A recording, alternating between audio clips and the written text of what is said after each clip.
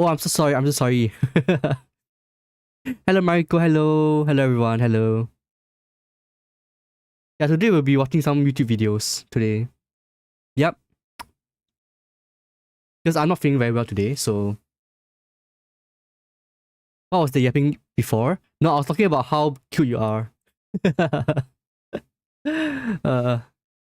was talking about how cute you are, Mariko. uh, yay. I'm having like a very bad cough right now. So like I might cough very, very hard later on in the video, so just a disclaimer. Yeah, disclaimer. Pokemon TCG has the trading mechanic you wanted. Yeah, I used to play like like the start of the year, right? Because I remember I was playing TCG for like 1 month. Then I stopped. Because I think the reason why I stopped playing was because of the power creep. Yeah, I got bored of it, and I felt like it was very RNG based, the game. It was too RNG. Like you need to be very lucky to like win in that game. It was horrible.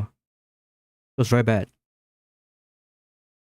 Because I felt like skill wasn't an issue. I feel like skill wasn't as big part of a component than luck in the game.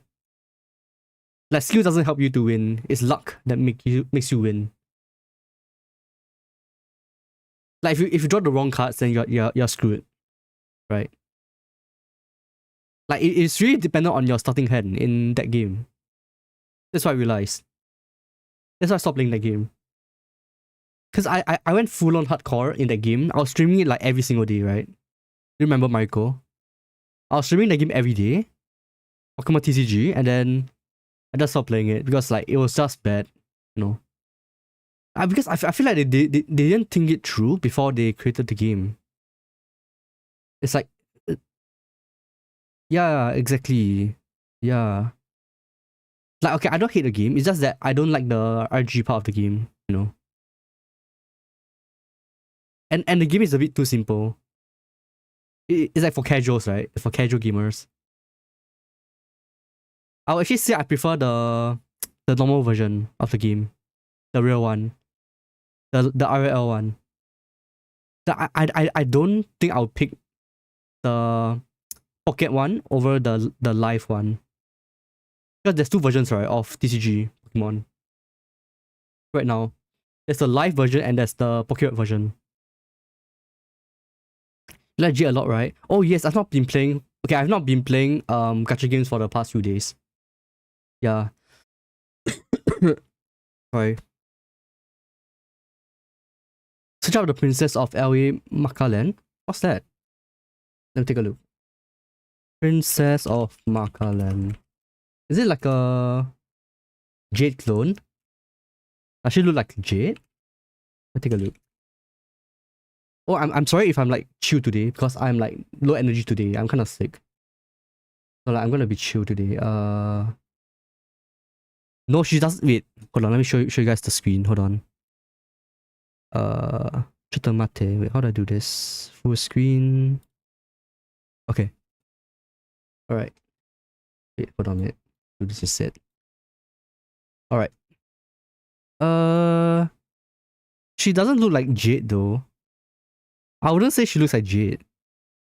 She looks nowhere like Jade though. As a Jade fan.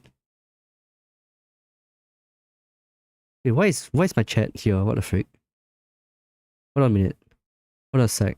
There's a glitch here. Let me shift this here instead. Alright. Alright, fixed. Yo, why is it so zoomed in? Let me fix the chat first, hold on. Give me a sec. Okay. Limits character, basically your type. Let me take a look. Okay, I need more pictures, hold on.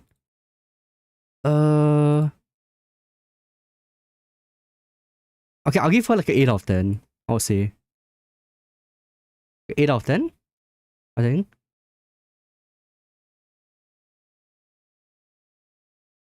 Let me fix my screen. Why is it not working? Hold on. Oh my god, my screen's not working. Just turn off. Yikes. Ah, my screen. Why? Why is it not working? My monitor not working, guys. My monitor. Oh my goodness. It's not turning on. Okay, it's turned on. Okay, alright. If not, try the one who grips Faust. Let me take a look. Okay, I'll give her like an 8 out of 10. I would say. Based on the art here. Based on this art. 8 out of 10. Should be enough, right? If not, try the one who grips Faust. Who's that? Who's one? Who is that? I don't know who's Faust though. Mariko. Who is Faust? Is that another Limbus character? Who is Faust? The one who greets Faust? I have no clue who you're talking about.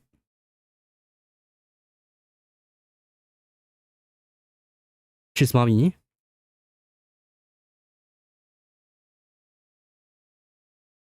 Oh, this one?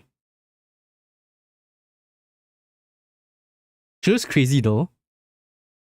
She looks kind of crazy. Not gonna lie. But insane mommy, yeah, she is insane. Look at her eyes. That's crazy eyes. It's crazy. She did commit genocide. Wait, why would you think I'm a fan of that, Mariko? Why would you think I'm a fan of that? What? She did for love, but that doesn't justify it though. Right? That's insane. I'll never fix her, Mariko. I will never fix her. That's not happening. She only killed robots. Okay, that doesn't look like robots to me. Oh my god, my screen keeps turning off. Son of a gun. My screen! Why does it keep turning off, bro? It's so annoying. Oh my god. Stop it, man. Screw it, wait, hold on a minute. Let me... my screen, wait, let me unplug it, hold on. Unplug it and plug it again. Oh, what's the issue here? It keeps turning off, bro. Hello, Learn to Get, hello! Hey, welcome back. I've not seen you for quite a while, Learn to Get. I've not seen you for a very long time. Hello. How you doing? Wait, let me shift my chat here. I think it's better now. Alright. Yeah, I don't know why my third monitor is not working, guys. It's like fucking up right now. I don't know why. Oh yes, today guys, we'll be playing okay, we'll not be playing, we'll be reacting to a video. And we're reacting to some Minecraft videos, yeah. We're not playing any games today. Because I'm not feeling very well. So we're just reacting. Just chilling, you know. Being chilling.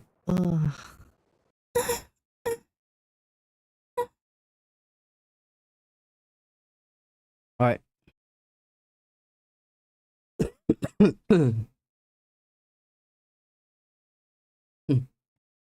I guess let's not waste time. I don't know why. Okay, my monitor's not working, guys. Oh my goodness. This freaking sucks. I don't know why is this happening to me? After 2 days of like not streaming. And this happens. This bullshit.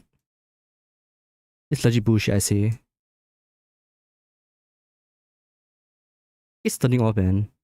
It's like the connection is weak. I don't know why. So bad. Oh my goodness. Yeah, so okay, so today we'll be reacting to this video by Ish. Because we reacted to another of his video like last week, I think. We watched one of his videos last week. So we'll be watching another one. It's called 1000 Players Build Massive Civilization in Minecraft. Your Wi-Fi, not internet? Yes. Wait, how do you know? Wait, is my internet down again? No, please don't tell me no. God dang it. Please don't tell me it's down. Yo, this is so fucking stupid. I can't fix this stupid screen. Why is it happening like this, bro? On this screen. It always happens like that. So annoying. Yeah. Okay. No, I see a Wi-Fi logo, not internet logo. Oh yes, you mean this one, right? Here? Yeah, I'm on Wi-Fi. Yes, you're right, learn to get. Yeah. I'm on Wi-Fi today. I mean not today, just every day. Right? Why not internet? The thing is I don't have internet in my house.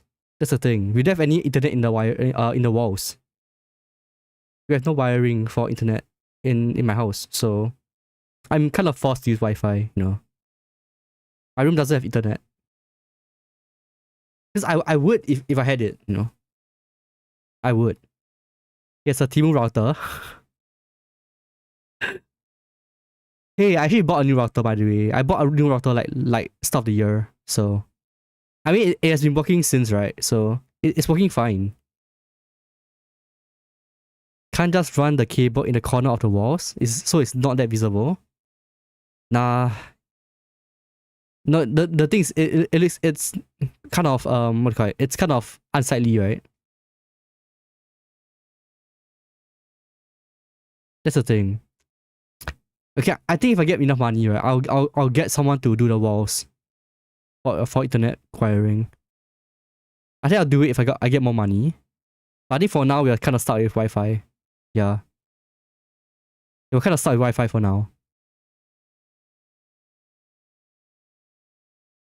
But I think I'll pay for someone to do it. Like if I get money, if I'm not broke. Yeah, because I think it costs around like a few $100s, right, to do the wiring in the walls. Yeah, and the thing is, right, the thing is in Singapore, to do any renovation work, right, it costs a lot of money. Because our walls are like concrete. So it's not cheap to do like wiring in the walls, right? It's not cheap. It requires a lot of work to be made. I mean, if your Wi-Fi is stable enough for streaming, that is good enough. But otherwise, you should get internet. No, sometimes, just sometimes, it cuts off. It DCs. But other than that, right, it's fine. Right? It's fine, perfectly fine. It's just sometimes it kind of fucks up for no reason. And that's Wi-Fi for you, right? That's Wi-Fi. Like, okay, here's my theory. I think if someone is downloading something, right, in my house, it kind of fucks up the connection, the traffic, and then it tags my connection. That's my theory. So if someone is downloading anything, right, or installing any app on their computer or phone, it fucks up my Wi-Fi. Yeah. That's my theory.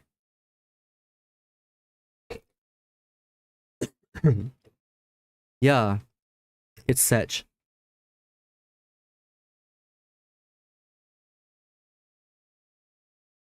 Oh yeah, guys, after watching this video, right, feel free to send me any links you want to watch me. You want me to watch on stream. Like maybe any gacha related stuff. I'll watch it after this video. Yeah. Let me drink some water, hold on. My throat kinda hurts. I suck too many dicks, guys. Suck too many dicks.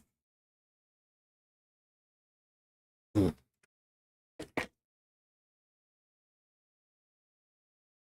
have a sore throat right now, so bear with me for like 3 hours. I would say 3 hours. Alright, let's start the video. Let's not waste time. I'm yapping for too long. In the biggest social experiment ever done in Minecraft, I scattered 1,000 people across 4 massive islands to simulate a realistic civilization. Oh yes, context, right, context. I actually watched the previous one. It's called 1,000 players play in civilization in Minecraft, rich and poor. So this is the prequel to that video. It's like it's an older video of this guy. Because he made another video and it was like so popular for like 3 months. Yeah, he has like 20 million views on the other one that we watched last week. Yeah. let's continue. The players were given no help or guidance, and just like in real life, if you die, you remain dead forever. So that happens on Minecraft. Now, each player has the freedom to do whatever they want. Gather resources, join a society, become a dictator, or if it comes down to it, go to war. With so many people on each Is the volume island, fine, guys? Is the volume fine? anything Okay, right? can happen. Is it too loud? Wait, hold on. Let me lower a bit. I think it's a bit too loud. Hold on. But I can promise you one thing. This event ended up having the most entertaining story arc I've ever seen. You do not want to miss this. So pick a nation to root for and enjoy the video. I present to you the 1,000 player civilization experiment. 1,000 people. 1,000. So many.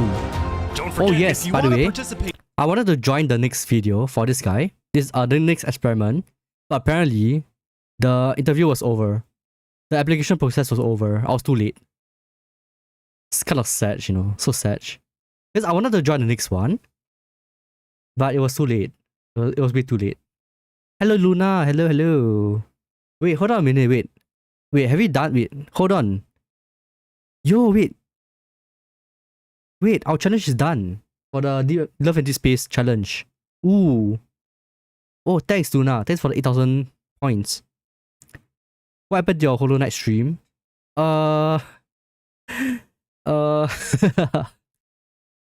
Yeah, because okay, the reason why I stopped doing my Hollow Knight stream was because I was like, I had something to do on Sunday, that's why. Yeah, and then I was sick last night. I was sick yesterday. Yeah. In these kinda sucks. videos, join my Discord server and of That's why we're not playing course, Hollow Knight today. subscribe to my That's why. channel. I'm kinda Alright, sick. everyone ready to be teleported? Jump if you're ready. Okay, here Ooh, we day go. one. Let's go, let's go. Day one. I'm in. On day one, all 1,000 players were teleported to their islands, each its own biome. We had plains, desert, Oh, so wait, so there's four snow, and biomes. biomes. Jungle. There's 4 It's islands. huge. Most players spent the Plus, first plus day the scouting the their previous island, the previous video you watched, right? They had 2 islands, rich and poor. This one has 4. So if you split by 4, it means on each island there's 250 people, right? Am I right? Oh damn, you were sick too? Yeah, I was sick. I was super sick. Yeah, I had like a sore throat. I mean, I'm still sick right now, but I'm not as sick as yesterday. Yeah. Yeah, I have like a sore throat and a very bad cough. island searching for a place to settle, but almost immediately we started to see people dying, and oddly they were all coming from the snow what? island. It turned out people were freezing to death after Oh, getting that's so stuck sad. in powdered snow, Yo, which it really looks died to exactly the- like to the regular snow, environment. but sucks you in like quicksand. That sucks, Trying right? to free his friends. Like imagine Oh, like no. going through the Even worse process, for the right? The interviewing process, the application process, right? Just to join this experiment, and then you die on day 1. But that gotta suck. That gotta suck dick. people on the snow island, trees were almost nowhere to be seen. The desert island also had very few trees, which players needed if they wanted to get wood. But the places where players did find trees quickly became extremely valuable hotspots for groups to Ooh. settle at and colonize. Look So at all these it's- people so it's coming like an together. oasis Community then. crafting. They're making progress. Meanwhile, That's cool. the people on the jungle island had essentially unlimited trees and were thus already thinking about other things. What did you say your plan was? I'm gonna take over the world. Yo, This is this my guy. right-hand man. Darbo. Hello, right-hand man Don't Darbo. talk to him. Oh no. He doesn't speak. While having a lot of trees did seem like an advantage at first, many Hey, jungle parrot. people found the island to be difficult to traverse, given the immense amount of trees and the hostile mobs that would spawn on the surface due to lack of sunlight. Yo. Uh-oh. Okay, I Uh-oh. think so far, right? So far, it seems like the jungle is the worst, right? Jungle is the worst because it has mobs. It has hostile mobs. Yeah. Sphere of traveling also made it more difficult for jungle people to talk with each other, since players could only read chat messages from people 100 blocks away from them Oh, so or there's- less. Although so there's frankly, at least they didn't have to proximity chat. split me and the admins were Ooh. looking at. Lastly, Okay. we get to the Plains Island, and boy was it different from the others. It truly was just the perfect island to live on, with green grass, trees, animals, and no natural dangers. Wait, so literally this is the rich island then. This is literally the rich island, guys. Guys, make a little Literally. animal family. Or farm. Not needing to worry about dying as much as everyone else, the people on the Plains Island were among the first to start mining for resources like iron or diamonds. They were also the first to build up villages and, yes, to create civilizations. Okay, that makes sense, right? Throughout the It's easier first to day, build. you could It see makes two sense. main groups starting to come together. One of them, a democracy led by a player named Horace Crown. Our aim is building the most beautiful and nicest city on the entire server. And the second, also a democracy led by a player named Sidefall. I just want to make sure Wait, nobody dies. It was Wait, isn't this the guy who like brought the warden up last time? He was the guy who brought the warden up to the surface in the previous video, the Rich and Poor Island video. He was the one who brought it up, right? It's kind of Was odd him. how similar these two civilizations And then he died to were. the warden. They were both located on the southern shore, they both had democratic elections, and their leaders both wanted good for their own people. I just hope nothing happens to change that. If I'm gonna make an Among Us character. Never mind, I hope they die. Soon it was the end of day one. Players across all Okay. 4 islands Here's our take, right? Here's our take. I think he's right. I've never liked Among Us, to be honest. I thought it was cringe. Like I've never really gotten into Among Us. Even during COVID. Okay, I played Among Us like a few times with my friends. But not much, actually. Not much. Because I know Among Us was so popular during COVID. And like 1 year, like I think 2019, 2020, it was like a phase, right? There was like a trend of Among Us. Okay, it kind of died now, but it was so big last time. Like 5 years ago. 5-6 years ago. Damn, that's a long time ago. Oh my god. Long ass time ago. logged off and made plans for the following day. Wait, hold on a minute. Wait, It hold on a was minute. Hold on a minute. Yo, wait, 53 people died? 53. Holy shit. In one day. 50 people It died. was on day 2 when civilizations really began to thrive. In the southeast corner of the desert, what used to be an empty patch of grass was turning into the desert's largest nation. Hello, good sir. Yo, what's up, Ish? The Wait. Sultan is back. You might recognize the player The Storming Hell Sultan? from my first civilization video where he led a nation called Oh, no, the this is going badly, Sultanate. guys. No. Well, now the desert dictator is back It's gonna go with the bad. Sultanate 2.0, and this time with a Foreshadowing, guys, population of over foreshadowing. 100 people. I want to maintain order and peace in the desert. The rules, as established by the Sultan, included wear proper attire, do not eat pork, complete your mandatory work, and most the importantly, acknowledge the Sultan as the supreme and divinely chosen leader. Moving on, since it was still hard to get food in a dry It's Iran. climate, the people of the Sultanate It's Iraq. focused on developing different types of food production, like fishing in the surrounding ocean. On top of this, a player named Drip Chicken made a chicken market, although when I checked it out Hey, myself, it turned out KFC. to be a very different type of market. Welcome to Los Pollos Hermanos. Thank you. Would you like some totally legal sugar? Anyway, we finally go back to the snow island. As I was flying around, I found what I can only describe Wait, is he as selling a drugs? British shrimp. Is the cold climate really the best place for a shrimp? I mean, depends. Look at my little friend over here, you know? Wait, who's your friend? Underneath? Wait, what? Yeah, he's fully here. He's literally Oh, it's a screen. Oh, that's cute. Oh, That's he's cute. up here now. No, my He's gonna fish die. buddy. Please go back down. Despite the killer powdered snow and the occasional polar bear, the people on the snow island were actually doing Wait, pretty I didn't know there was polar bears in Minecraft. What the fuck? When did they add it in? I didn't know there was polar bears in Minecraft. When did they add that? Was it like a new thing? Is it a new thing? No, right? I don't know. I've not played Minecraft for a very long time, so well building settlements together. Nobody was fighting because everyone had one common enemy, Polar the harsh bears. climate. That being said, it turned out that all of these snow settlements might be a bit more than just little communities.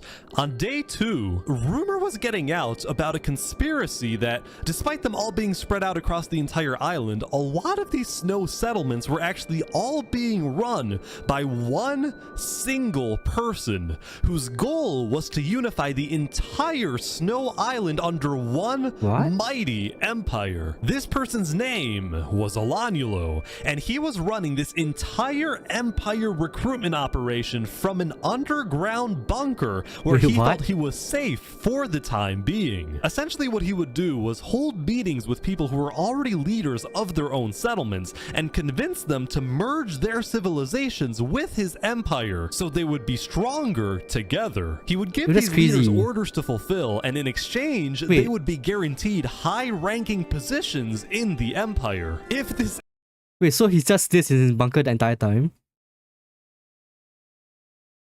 Yo. Paranoid. Actual paranoid. empire actually succeeds in uniting all 300 people on the Snow Island, it would easily become the most powerful nation in the world. In fact, it would be bigger than the Sultanate and the two Wait, this is on day Plains 2, right? democracies It's day 2. combined. Will this ambitious plan actually succeed? Dude, they're Let's see united what on day 2. happens in the following days. Unification in day 2. What the frick?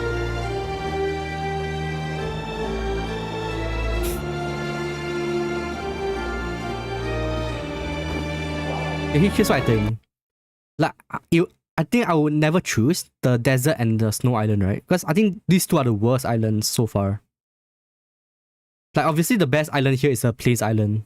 The other two are really bad. Because the snow has like snow and lack of wood. The desert has no water and no wood as well. And then the jungle has like so many mobs. Hostile mobs. So these three islands are the poor islands, and then the Plains Island is the rich island. You got it.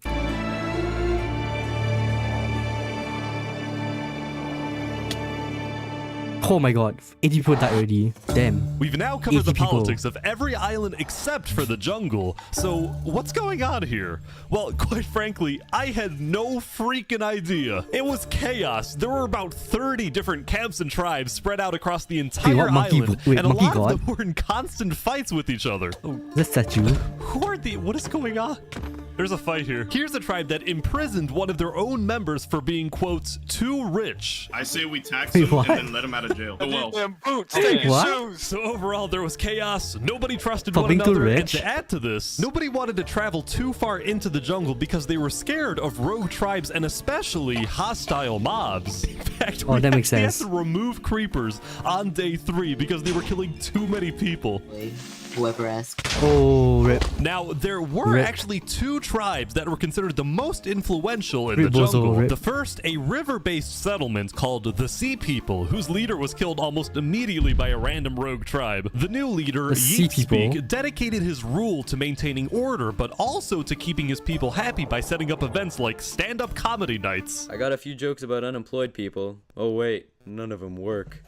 The second influential tribe was located in the That was dead good, that was center good. of the jungle, and it was what appeared to be a faction revolving around the worship of a player named Seth. Hello, Mr. Seth. Oh, what's up, bro? Oh, Wait, this why do they is look the just same? creepy. You're telling me this isn't a personality cult? Nah, I wouldn't say that. It's a way of life, alright? It's a religion. Lastly, as I was flying around, I happened to run into this guy again. I'm gonna take over the world. Believe it or Oh, not, it's the he had guy. actually become the leader of a pretty impressive settlement. Granted, there was a lot of internal drama in his tribe. Do you see this like really cool tower thing that we're building here? Yeah, it looks great. Yeah. It's really looks cool, great. isn't it? And do you see our farm over there? Uh-huh. It looks really I'm cool and 100% nice. Now come over here. Could you tell us what this is?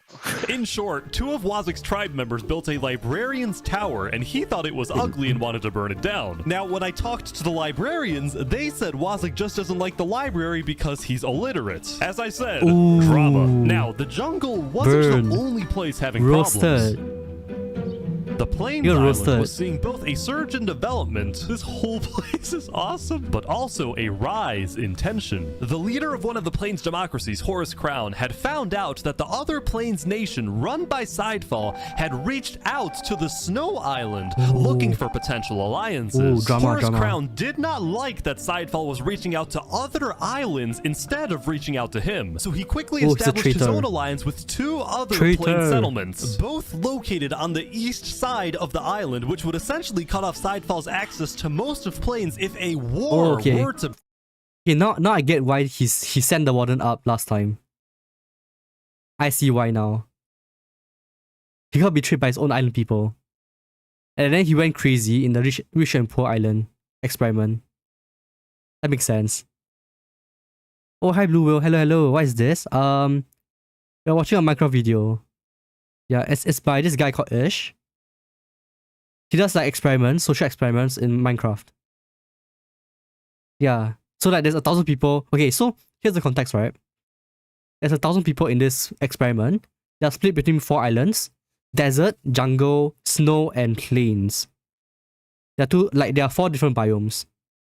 And then they're free to do whatever they want. Yeah. Then they create like civilizations, nations, and it's hardcore Minecraft. So once you die, you're out. You're dead. Yeah. Oh my god, fun. Yeah, it's fun. It looks very fun. I wanted to join the next one, but apparently I was too late. I kind of missed the application process for the next experiment. So we're gonna wait until the next one. Kind of sucks. break out. We think Sidefall is definitely up to something, and we're planning to stop him. The people living on the Plains Island, who had otherwise taken their peaceful lives for granted, were getting very worried about a potential massive war that would devastate their homes. KFC? KFC, we want family, not war. Wait, Meanwhile, on the desert, wait. Here's the Colonel Sanders skin. Actually. Yo. 07. The RP. The roleplay. Wow. Island, the Sultan storming hell was not happy when he discovered that a group of mountaineers had made their home on the mountains surrounding the Sultanate. So the two groups had a meeting to discuss this dispute over land. Why does the Sultanate have any more right to a plot of land? Simply, might makes right. We're stronger, so if it comes down to it, may the stronger group win. People in the desert were starting to get Okay, worried about he's not storming wrong, hell's though. tyrannical nature, so He's not some wrong. of them moved to a quickly growing democratic nation on the other side of the island. Wait, Sebs. He's from the Rich and Poor Island. He's the MC. The main character in the Rich and Poor Island experiment. The one that we watched last week. Last week. This was Theria, the name derived from the Greek word for freedom. I asked their elected president, Saps, about the Sultanate. Hopefully we can establish some peaceful relations for now. I mean, we're in the middle of a desert. Why fight, you know? Overall, each island had its own conflict between the desert's sultan dominance, the plains' alliance disaster, the jungle's total chaos, and the snow empire's takeover. At least one of these conflicts was bound to erupt very soon. Ooh. And that More conflict drama. was Plains. At the Uh-oh. beginning of day 4, a propagandist told everyone that Sidefall was about to attack the Plains Island. Wait, this is like 4210. What the fuck? Is this where Sidefall got his inspiration from? Because in the Rich and Poor Island video, right, Sidefall was the one spreading fake news, propaganda. So this is like the 1.0 version, the beta version, the alpha version. Horus Crown called a code red, and everyone on Plains was freaking out, including these guys at the center of the Plains Island who built a tavern on Oh, a that's lake. cute. I spoke with the bartender. Tavern. Welcome to the tavern. I hope you can enjoy a nice beer since it might be That's our cute. last. So at this point, you're probably wondering, what was Sidefall actually doing? Well, it turns out Sidefall was just as confused as everyone else, since he had no plans to attack anyone. The Tavern, propagandist yeah. had lied. I have no clue what these guys are talking about. I don't want to attack anyone. I don't want a civil war. You were framed. I can't believe it. So now, both sides were gearing up for a war over nothing but a miscommunication. And all throughout, Sidefall was desperately trying to reach out to I see Spoot. nothing but a miscommunication. Spoot. Glory to West Helm, guys. Glory to West Helm. communication, and all throughout, Sidefall was desperately trying to reach out to the other planes leaders, saying that he didn't want war. The other leaders doubted him, but they actually agreed to meet with him as long as they met on neutral ground. Whoever told you guys I want war is lying. Tell us the truth then. While they talked, Horus Crown secretly had undercover spies search Sidefall's entire village, but he wasn't aware Sidefall had someone else place a bunch of TNT under his village. But before things went too far... Folks, we have a peace deal. W. By the thinnest of margins, crisis was averted after They were this close to being at war. This close. talking, Wow. the leaders They were so had close. made a peace treaty. I actually didn't get to see much of the meeting, but here's essentially what happened. Sidefall first apologized to the other planes leaders for not being open with them, specifically about his relationship with the Snow Island. He told them he had only reached out to Snow in hopes to get on the good side of a player named A Freakin' Turkey, who was apparently Alanulo's second in command. The planes leaders discussed their disagreements on foreign relations, Horus Crown preferring keeping alliances within planes, and Sidefall believing in making allies on other islands, but they were able to put their differences aside. They banished the propagandist from the Plains Island, and at the end, the four major Plains nations created a Great Plains Alliance. The Plains Island went from being on the brink of war to being the most united island of all.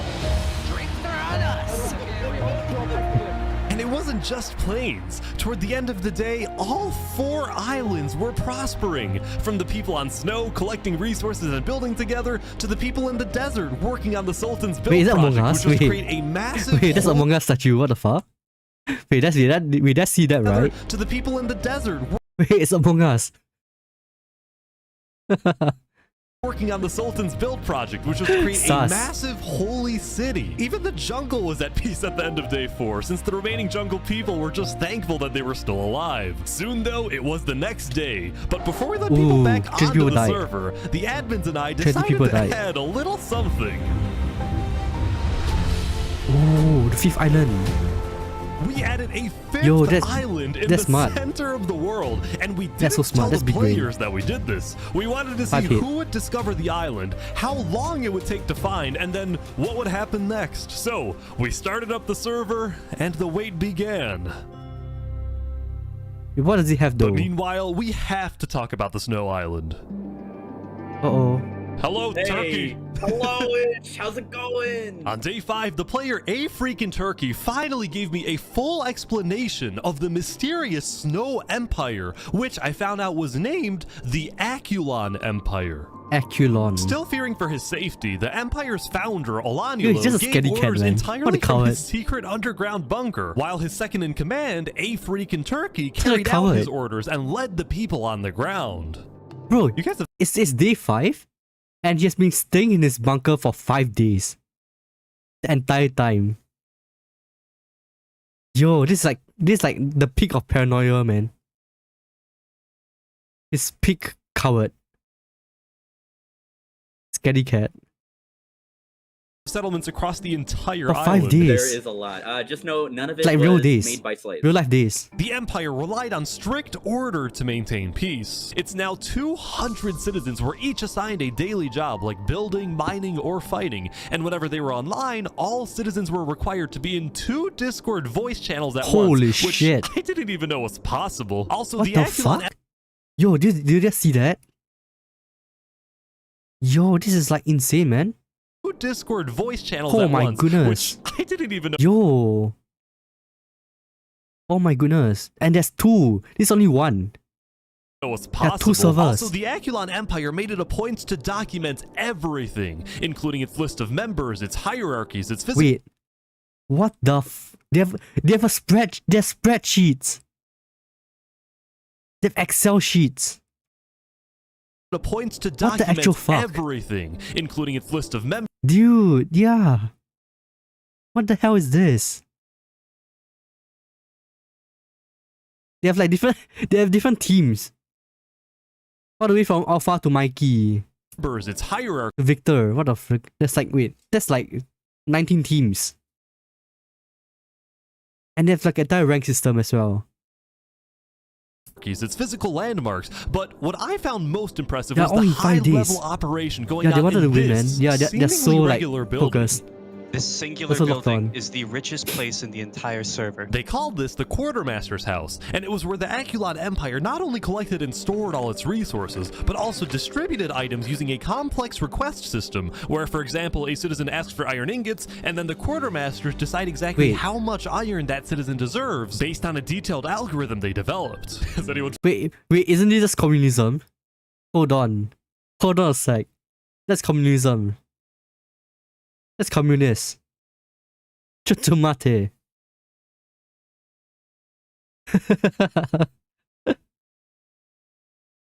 That's Marxist.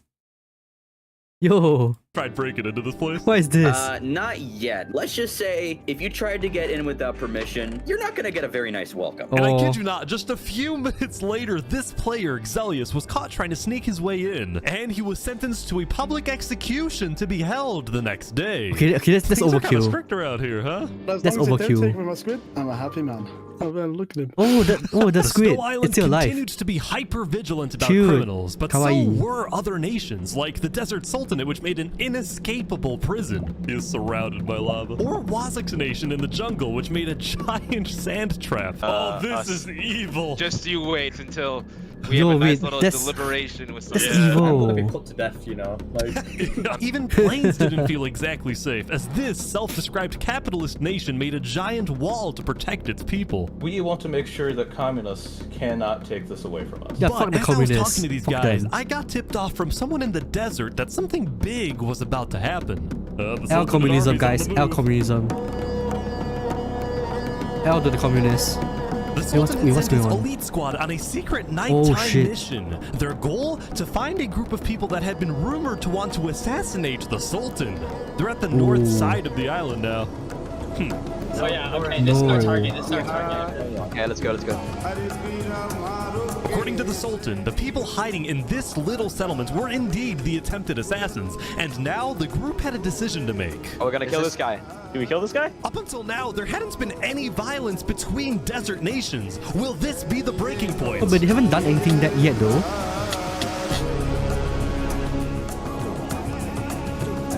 That's crazy. the desert that if you make plans to kill me, justice will come for you. The Sultan's elite squad Just spent the because rest you're planning to kill you doesn't mean that you can kill them, right? That's like, that's crazy, man. of the night raiding the settlement, but during their chase of another suspected assassin, they ran literally into a major dilemma. We know he's running to Theria. The guy they were trying to kill was running toward the democratic nation of Theria to get asylum there. The Sultanate is really about to roll up on Theria. Holy. This could cause a major conflict. But the Sultanate's army didn't care. They barged into Theria and searched every single house to find this one person who ultimately ended up getting away. Meanwhile, the people of Theria were freaked out by the raid. But when they looked to their leader Saps for guidance, he was nowhere to be seen. Hey, Saps. He had fled. My man. Eventually, the Sultanate's army left, but Theria was not going to forget this. Yo, 50 people died again. Yo, they have like 800 people left. 200 people died over like 5 days. Oh my. By attempting to blow up the quartermaster's house, Xelius betrayed our people. And for this, he must die. Glory to Aculon. Ooh. It was a busy day Dictatorship, for guys. a freaking Dictatorship. Turkey. The execution was successful, but the empire didn't yet have a written constitution or a justice system. So a freaking Turkey met with a player who claimed to be a lawyer to set up a legal system. Wait, You get the smaller is it? seat, Wait, unfortunately. hold on. Is that actual lawyer? Is he like a lawyer in real life as well? Yo. But do know it is quite important as well. I'm used to cramming into tight spaces. Afterward, a freaking Turkey took his guard to Drew and confronted Crazy. some farmers who he claimed Actual weren't lawyer. producing enough food for the empire. I swear I will not miss any payment I have to owe you. Drew, the bow, please. I expect 5 stacks of bread delivered within 1 to 2 business days. Even though he was a little tyrannical farming, at aura times, farming. A Freakin' Turkey was actually becoming very well liked in the Akulon Empire because he got things done and he was a charismatic speaker. Actual Sigma. Fellow citizens, it is my distinct honor to pronounce Steve and Pixel as husband and wife. Ooh, marriage. See, even though he was only the second in Oh command my, of wait, the wait, Snow's wait, Akulon. hold on a minute. Wait, what's that? Wait, what's that? See, even Wait, though hold he on a was minute. Yo, what are they doing under there? only the second Bro. Oh my goodness. Wait, is that allowed to wait, can I show that on stream? Is that allowed? That's crazy. in command of the Snow's Akulon Empire, many people were starting to view A Freakin' Turkey as a better candidate for leader than Alanulo, since most people in the Empire had never even seen Alanulo, given that he's been hiding makes sense. underground the entire time, afraid of being assassinated. In fact, some of his own citizens weren't even sure he existed. While Alanulo ruled from afar, only talking with high-ranking officials, A Freakin' Turkey was considered a man of the people, someone who talks to everyone. In fact, A Freakin' Turkey had gained so much notoriety that leaders of other nations were starting to reach out to him for alliances rather than to Alanulo. So as a result of all of this, Alanulo was starting to get a little worried. Turkey knows that I created this empire The and fuck its this guy, entire man? political system, and as long as I am alive, Bro, this I dude. will be its only ruler. Oh, he did nothing. He didn't even do anything. He just stayed in his bunker for like 6 days. He's not okay, because at least Turkey did shit, right? He did something. This dude just sat in his bunker for 6 days. Bro, the audacity, man, the audacity. The freaking audacity to say that. Can't believe it. That's very funny. Our monkey religion, we hold fast to it.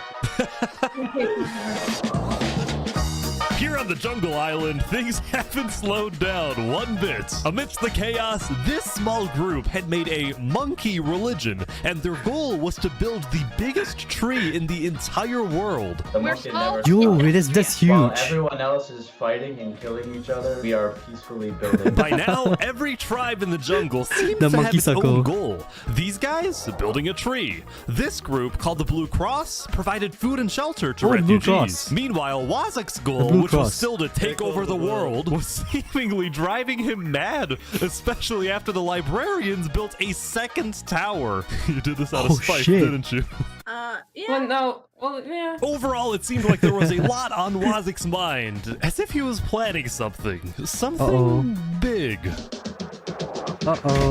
Meanwhile, Seth and the Sea People were still the two biggest tribes in the jungle, and both pursued very that innovative chicken? political strategies. For example, That's a chicken. Seth got married, but only so he could parade around the jungle and demand wedding gifts from everyone. And you know Oh, okay, what? that's smart, It that's freaking smart. worked. The Sea People, That's on the big other brain. hand, had taken on a massive goal, which was to finally end the chaos in the jungle. And they did this by sending out stealth groups and hunting down thieves, murderers, and anyone who they claimed did wrong. However, some of the supposed wait. wrongdoers they killed were actually allies of Seth. In response, Wait, so they're like the police then. They're the police. Seth Oh. demanded that the Sea People stop their initiative immediately, but the Sea People planned to continue. All of a sudden, the Jungle Island was on the verge of a massive war, as if there wasn't enough chaos already.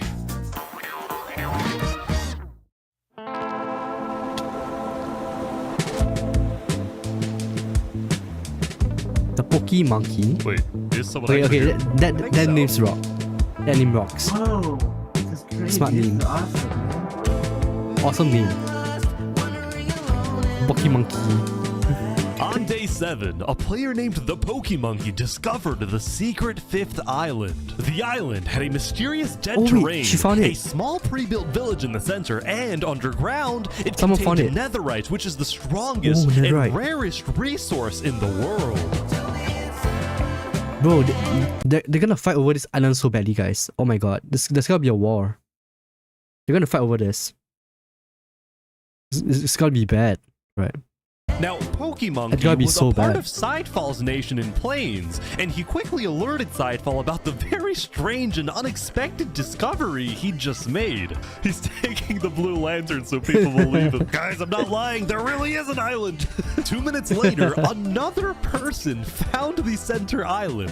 This time, someone from the jungle. Then, like a domino effect, more and more people started arriving, typically either alone or in small groups, like these guys from the desert. Even though they all came from different islands and nations, nobody was fighting. In fact, they seemed to be forming friendships and simply admiring this new mysterious place. He's saying this is amazing. Quickly, word began spreading across the world that there was a 5th island, and about 30 minutes into day 7, basically everyone knew. It was crazy how fast everyone found out. Now, some nations were hesitant about visiting, believing that the island was some sort of trap, while other nations like the Aculon Empire sent out large exploratory groups to investigate the island. So Aculon is here, but instead of mining for netherite, they're taking the wool from the tents. Oh, they don't have sheep in the snow island. That makes sense. Something I found interesting was that no nation, not even the Snow Empire, had the courage to publicly claim the center island as part of their nation, as their territory, probably because it would result in conflict with other nations, which was my secret intention when adding the island, that it would cause some type of war. But it didn't cause a war, or maybe just not yet. And that's surprising, right? Because you would think that that would start a war. But it makes sense not to claim it because, like, if you claim it, the other 3 nations, the other 3 islands will attack you, right? So it makes sense not to claim it as an island. That makes sense. So it kind of backfired on him. It didn't start a war. Meanwhile, I present to you the story of Los Pollos Hermanos. Oh, it's the guy again. Wow, you've really expanded your business. Yeah, we're doing quite well. Because starvation was such a big problem in the desert, Drip Chicken had made it his life's mission to feed the people of the desert. And ever since I spoke with him on day 2 next to his little food stand, Los Pollos Hermanos had become a staple of the Sultanate. But this business would soon run into some problems. See, on days 4 and 5, the Sultan storming hell was unsatisfied with the slow progress on his build project, the Holy City. So he demanded that the farmers of the Sultanate stop growing food and instead work on his build project. And just like that, the food supply going into Los Pollos Hermanos had completely stopped. The restaurant suddenly had no food available to sell. Having no food, Drip Chicken was instead forced to sell some questionable products, and if he was caught selling these products by either the Sultan or the Sultan's twin guards, he would probably receive a life sentence in the Sultanate prison. Meanwhile, wait, so let me get this right first. Hold on. So he couldn't sell chicken because the Sultan was getting everyone to work on the project, right? And then he had to sell drugs to stay alive. To make money. Damn. The farmers of the Sultanate were unhappy since they wanted to farm, not be forced to build. So in a rebellious move on day 5, Drip Chicken and the farmers secretly set up a meeting with Saps, the leader of Theria. I know you want to move to Theria, but if you do, the Sultan will send his elite squad to hunt you down. So, what do we do? Go to Plains or something. There's about to be chaos in the desert. And Saps was correct. He's right. There was about to be chaos in the desert. For reasons he couldn't tell the farmers. Why is there so many Among Us in this video? What the frick? Correct. There was about to be chaos in the... Why? Why is there so many Among Us? I swear. God. Oh my goodness. How many Among Us are there in this freaking video? I swear, man. Fuck Among Us, man. Screw that game. Desert. For reasons he couldn't tell the farmers just yet, but he did tell me. You know who Davert is? Yeah, I think so. He's one of the twin guards, right? He's about to leave the Sultanate and join me.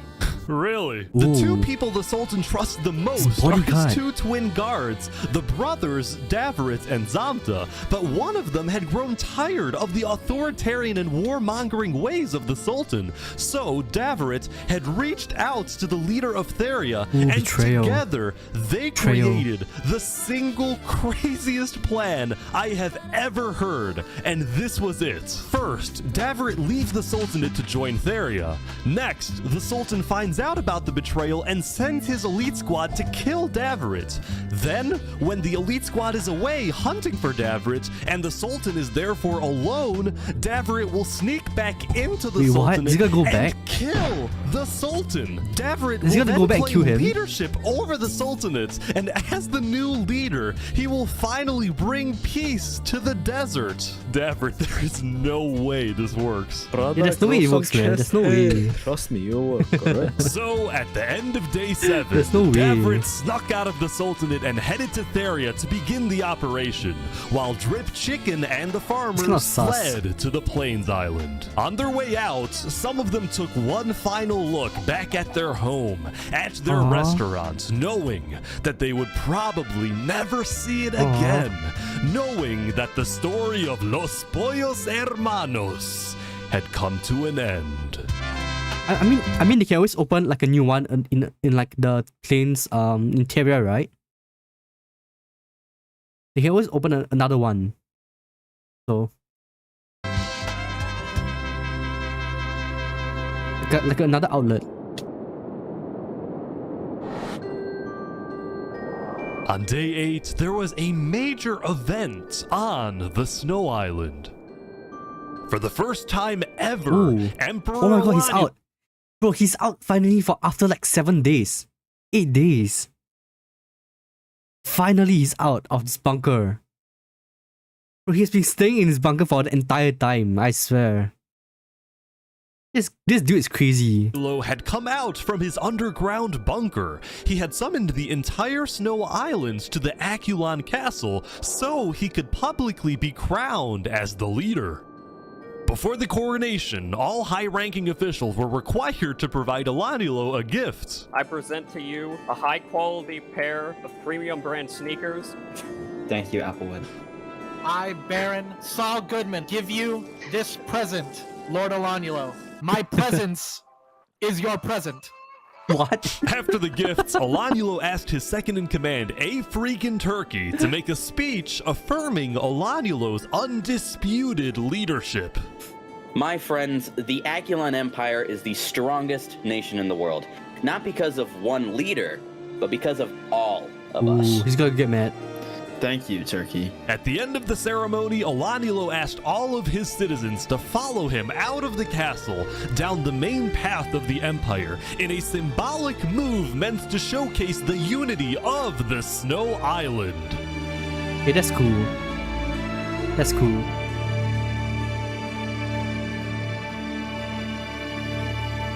But this image of unity was only a mirage. There was a lot of discontent building within the Empire for many reasons.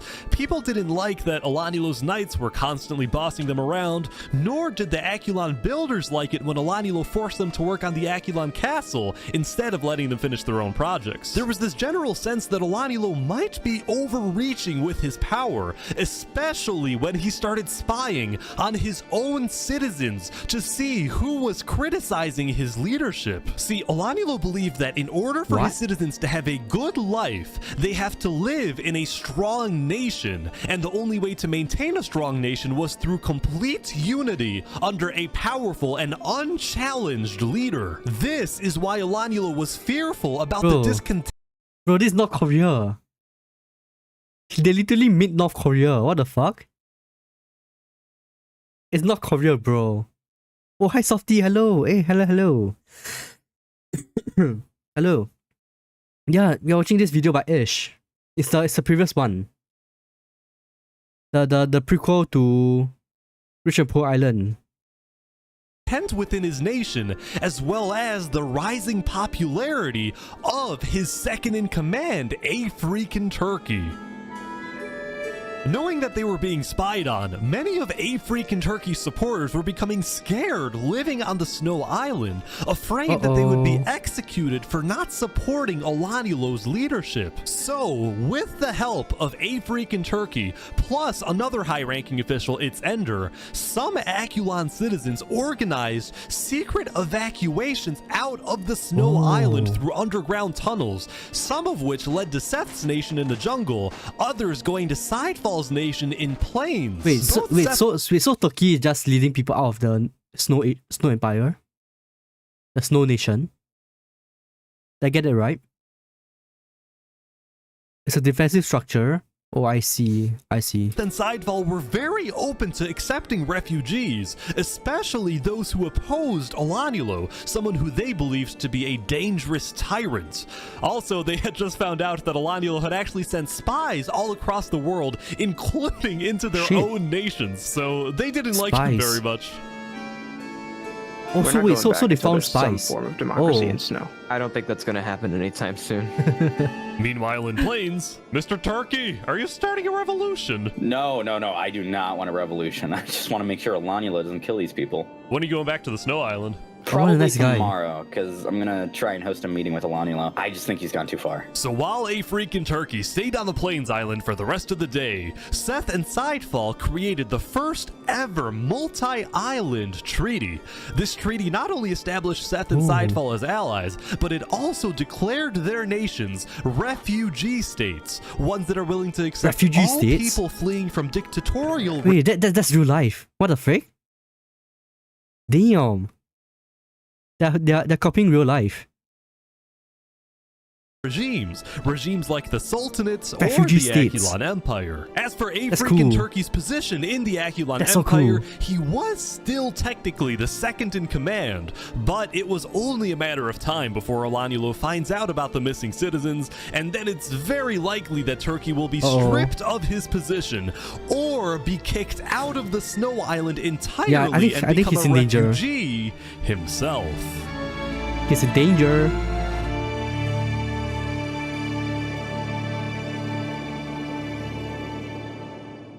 Yeah, I don't know if... Wait, is that a basketball Wait. court? On day 8, Wait, the what? center island was getting a lot of visits from curious players, and instead of fighting each other, everyone was just kind of hanging out and doing their own thing. TB, look at this. What is this? What's that? Later that night, some adventurers started terraforming the dead terrain, making it green. This actually looks not bad. These guys, meanwhile, made a secret underground church, and they hosted many ceremonies and cultural events. What type of ritual is this? Now, I actually attended 2 churches on day 8, the second one in Sidefall's nation, although I was very disturbed by the person sitting next to me. A card? After a near-death experience, life began to feel more sacred, only due in part to the wonders they hold. I cannot say what they are, however, right way to lead this world. Whoa, what did I do? They're taking him away. Oh no. Later that night, the Plains Island received an unexpected visit from the Akulon Empire's state-sponsored journalist. I'm with the news. Down with the news. Go away, tabloids. Go away. No false news today. They're kicking out the journalists. Oh my God. Meanwhile, I ran into these Plains farmers Fake who news. literally did nothing but plant wheat everywhere. Oh my God. This freaking wheat. It's Now, massive. right next to the wheat field was a cookie factory That's in Horse huge. Crown's nation, which took the wheat and made a variety of baked goods. See, ever since the Great Plains Alliance was signed on day 4, the people of Plains believed their island to be, for the most part, a very safe place to live, and as a result, many players felt secure enough to run their own businesses. There was the bakery, an Outback Steakhouse, boating and kayaking, 2 KFCs, and there was the most recent addition, Los Pollos Hermanos. Hey! Wait, they came to the Plains You made Island? one in the Plains biome? Yes. Expansion. Claiming refugee status, Drip Chicken and the Sultanate farmers received citizenship in Sidefall's nation, where they were able to rebuild their famous restaurant, and the people of Plains welcomed the refugees with open arms. The only person who wasn't happy was the owner of KFC, who now had competition. Nah, cause Colonel Sanders is so not happy, guys. He's not happy. Colonel Sanders is mad. The Colonel is mad. Anyway, when word got out in the desert that Drip Chicken and the farmers had fled the Sultanate, as did Davrit, many loyalists in the Sultanate were furious with these betrayals. While the Sultanate was still the second most powerful nation in the world, the first being Akulon, these betrayals of the Sultanate hurt the Sultan's public image, and he feared being seen as weak by the world and by his own people. So predictably, the Sultan sent his elite squad out into the desert to try to find and kill both Davrit and Drip Chicken. Right? But instead of staying home in the Sultanate, this time the Sultan traveled with his elite squad. This threw a wrench into Davrit's assassination plan, and Davrit had no choice but to keep hiding underground until he saw an opportunity to strike.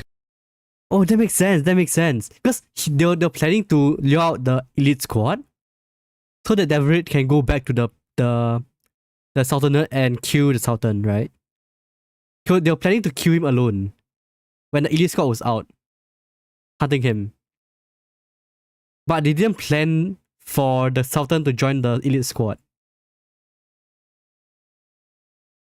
Meanwhile, the leader of Theria, Saps, was extremely worried because he knew that the fate of his nation and his people rested on this assassination attempt. If it succeeds and the Sultan is killed, well, then all is well. But if it fails, it will only be a matter of time before the Sultan finds out that Saps was behind the plan, and then there is no doubt that the Sultan will seek revenge and absolutely obliterate Theria, killing not just Saps, but all his people who, by the way, were entirely innocent. Saps purposefully didn't tell any of his citizens that he was involved in an assassination plot because they definitely wouldn't approve. Wait, Flux. Hey, Flux. Hello. Hi, Flux. Ni hao. My man Flux here. Of something that puts them in such danger. All of this tension in the desert was really. Wait, hold on a minute. Wait, that means that Flux is with Saps? Wait, they're part of the same nation. They're part of the democratic nation, right? On the desert. Okay, that's...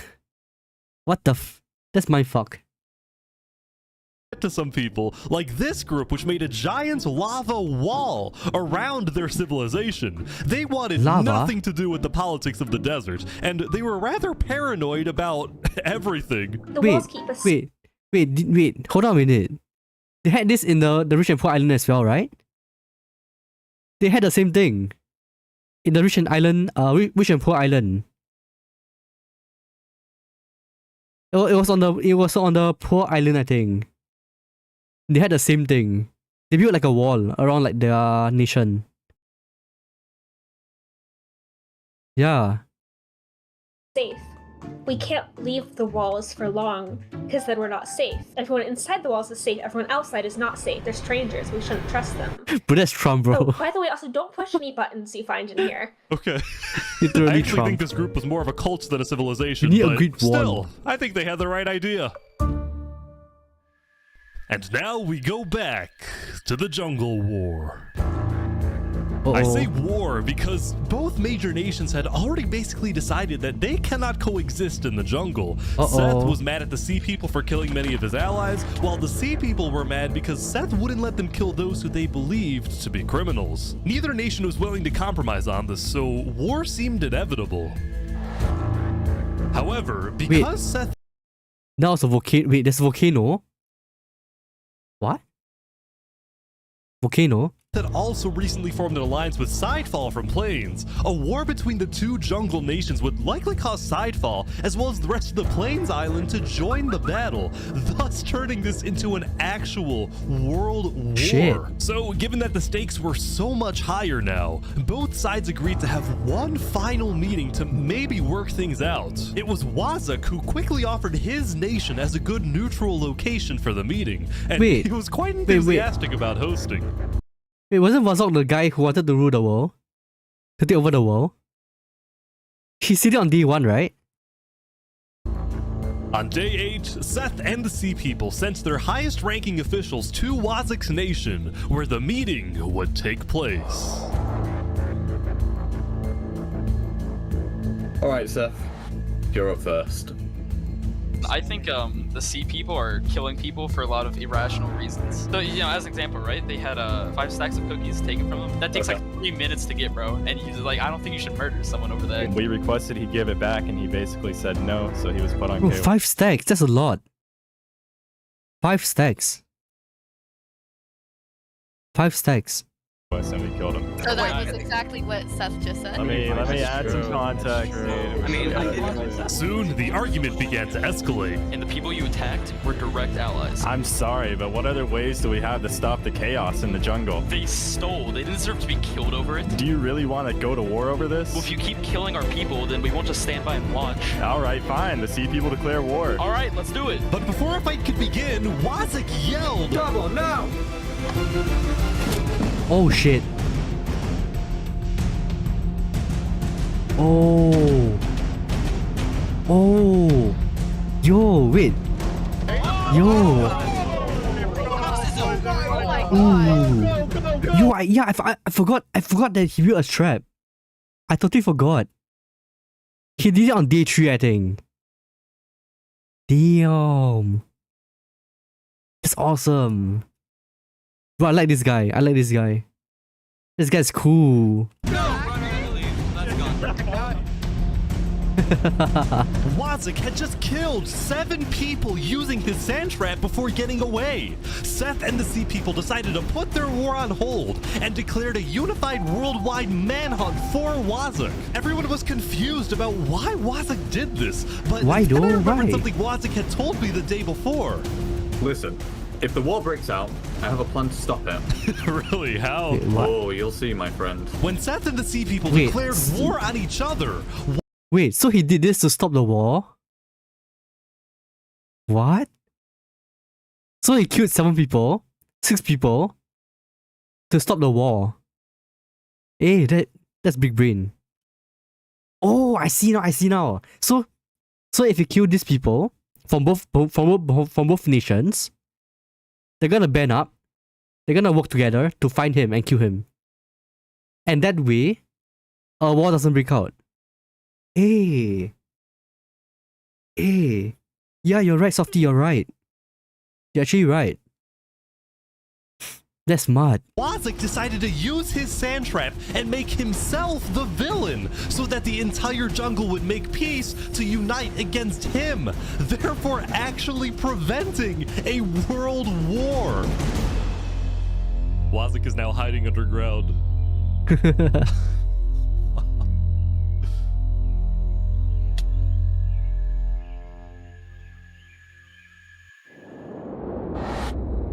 After spending most of the previous day trying to hunt down his enemies, the Sultan storming Hell decided to take a break from the hunt and attend a wedding hosted by a small neighboring desert nation. Wedding? It was a huge honor in the desert for the Sultan to visit your civilization, so there was a lot of buzz surrounding the Sultan's visit, and everyone in the desert Zaki, knew hello, he would hello. be there. Zamta the Hi, twin Zaki. guard was also at the wedding, and he was quite thankful for the break since he secretly despised having to hunt for his own brother.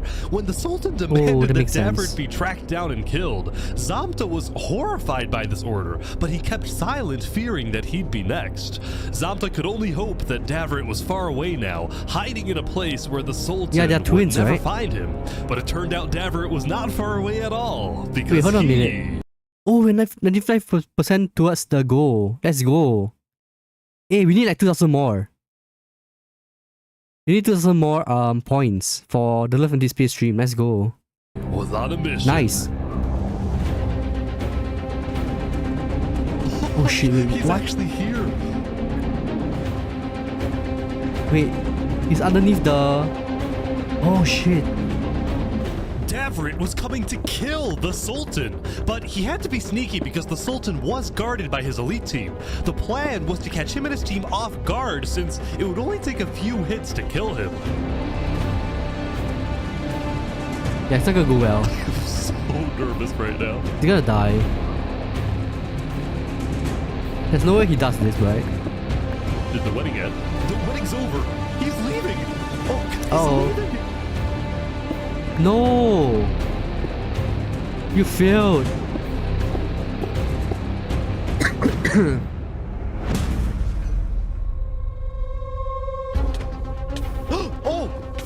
Davrit! Holy crap! Oh! He's hit him so many times! Wait, Storming's getting away? The elite team is on Davrit big time! No! No! Don't die, David. Please don't die. Oh! Oh, he's getting close! He's getting close! Kill him, kill him. Oh, he turned around? Holy crap! Everyone's here now! This is insane! Yeah, he's so dead. He's so dead. There's no way he lives this, right? There's no way he survives this. There's no way. There's no way. Oh, he dies. Of course. He dies. Red. 07.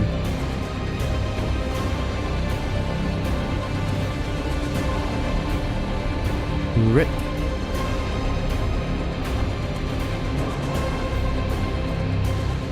No! Oh my, wait. Wait, he killed himself? Oh no. Oh no. Wait, wait, I remember Seb's trying to kill himself like last video, right? In the Rich and Poor Island video. Wait, he actually did it in this one. He actually jumped off. He did a Benji.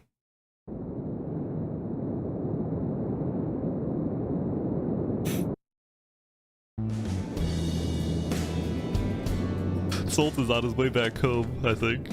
What is happening?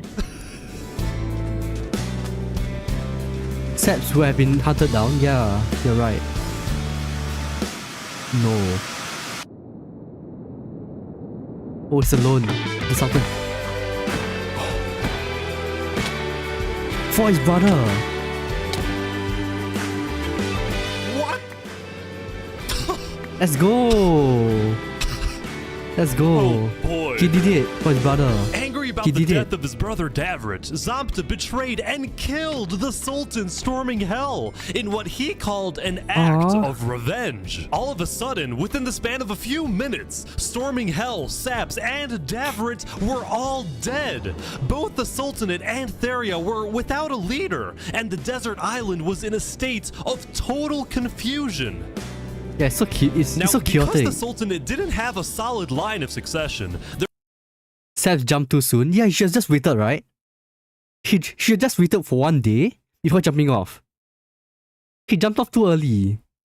there was a short power struggle that ended with the Sultanate getting completely dissolved. On day 9, the second most powerful nation in the world had fallen, and most of the Sultanate's citizens ended up fleeing. That being said, it wasn't totally the end. Some who were still loyal to the late Sultan decided to— Wait, hold on, let me read that sign, hold on. It wasn't totally the end. Rip storming hell, our beloved Sultan. May he sleep with his 72 virgins, inshallah. What the fuck? Some who were still loyal to the late Sultan decided to form their own militias, whose only goal was to track down Zamta and avenge the Sultan. We are called by our divine leader to kill the dirty traitor. Mashallah. Mashallah. Theria, on the other hand, didn't dissolve and instead elected a new leader, a player named Jophiel, who was well-liked and trusted in the community. Wait, Jophiel. Tricolor. Still, the people of Theria would continue to live in a state of fear, afraid they would be invaded by one of the new desert militias. Also, they would never find out why their founder Saps jumped off the Therian tower, which he did because of guilt. After he saw Davrit die, Saps believed that the Sultan would invade and destroy Theria, and he felt too ashamed knowing that he would be responsible. It was only thanks to Zamta that the— Wait, that's what Benji did, right? Benji Button did. In the Rich and Poor Island video, he did the same thing. Like he was exposed for trying to kill Lingolini, and then he killed himself. He jumped off. It's the same thing. invasion didn't happen. The death of the Actually, the Sultan same sent thing. shockwaves throughout not just the desert, but the whole world. Many nations went on lockdown, including the Akulon Empire. While they technically weren't allies, Emperor Olanilo had always admired Sultan Storminghel's strong authoritarian leadership. Of So course. after the lockdown, Olanilo sent his diplomats to the Why am I not desert surprised? to offer support to the Sultanate militias.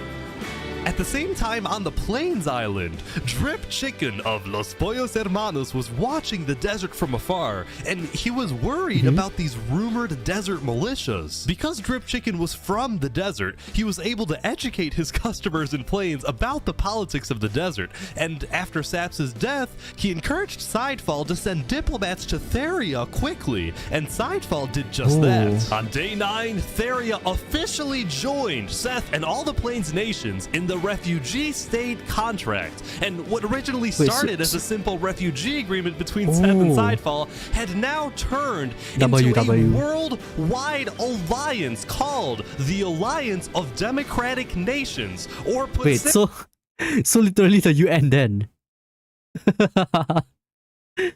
The United Nations. simply the Allies.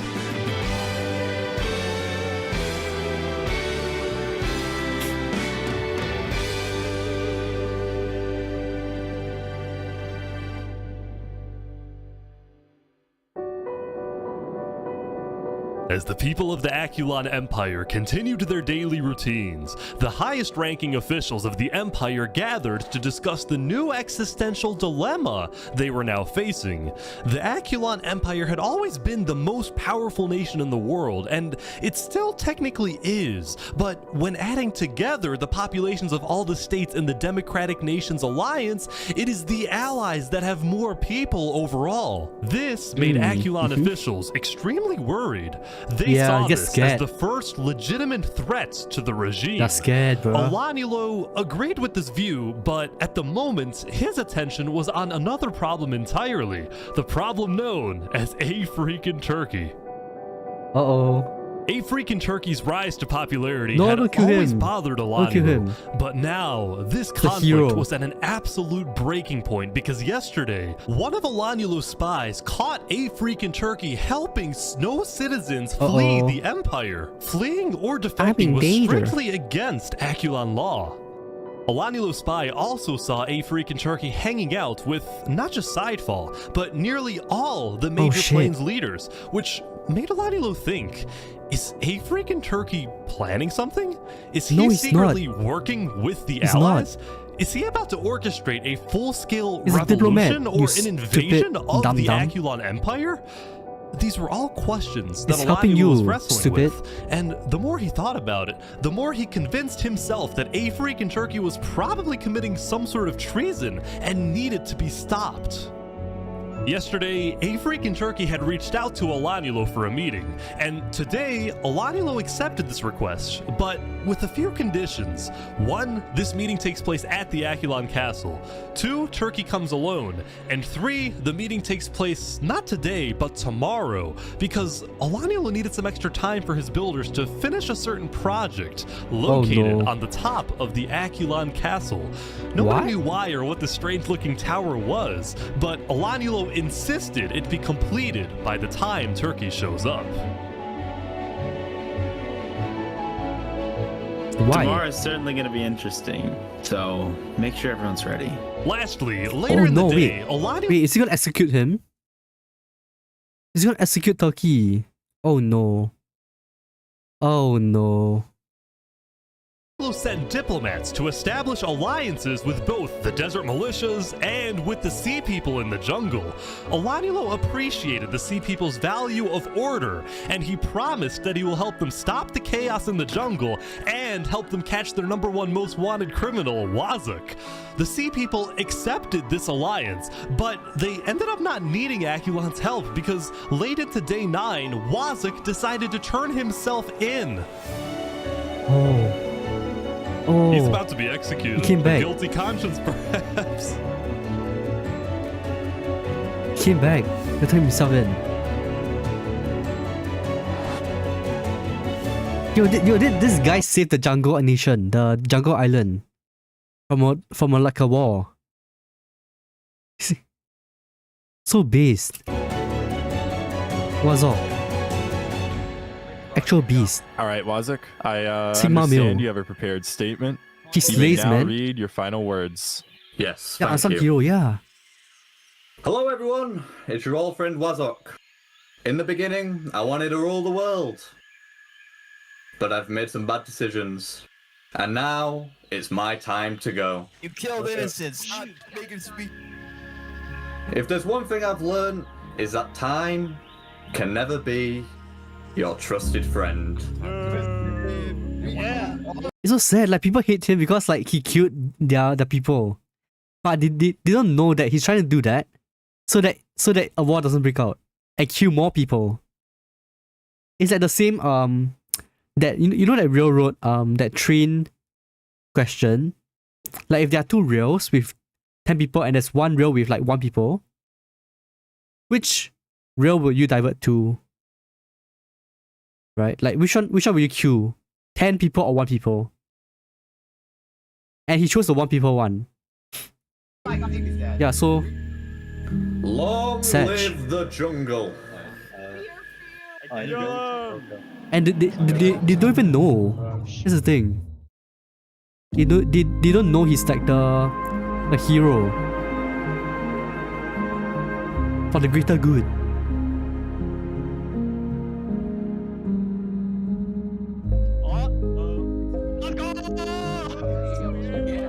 After deciding that being a criminal in hiding isn't how he wanted to live, Wazuk instead chose to face Even his if inevitable they death knew on it his wouldn't own help, as the terms, other tribes and by would be doing at each so, other's he throat. gave Yeah. the jungle one last moment of unity. Anyone else jumping? The conflict between the two major jungle tribes was Actually, I would say that it's better that they don't know, right? It's better that they don't know that he's doing it for them. still It is better. unresolved, especially now that they were in opposing alliances, but for this brief moment, there was peace in the jungle. Well, that was fun. Everyone's coming down the tree now. Most nations around the world Yeah, you're took right. the end of day 9 to rest and reflect on how far they've come. For example, the jungle's Blue Cross tribe celebrated becoming international with at least Wait, hold on a minute. one charity location on each island. Meanwhile, in the desert, the two Sultanate militias held a funeral for the late Sultan, where they vowed to get revenge and chanted death to Theria, after which they proceeded to finish building the Sultan's holy city in his honor. Theria, on that the looks other hand, sick. expanded its reach into the arts That and looks so became the sick. first civilization to develop music. Wait, what? Oh. Lastly, on the Plains Island, businesses were booming and civilizations were Of thriving. course, it's a reroll, On of day course. 9, the Plains Island had finished the Of freaking construction course. of the ISH, the International State Highway, which made trade and transportation between the major Plains nations Yo, the pun, much man, the faster. Overall, the building and architecture and player creativity in Plains was simply That's smart. amazing, and it was all made possible by the political stability of the Plains Island.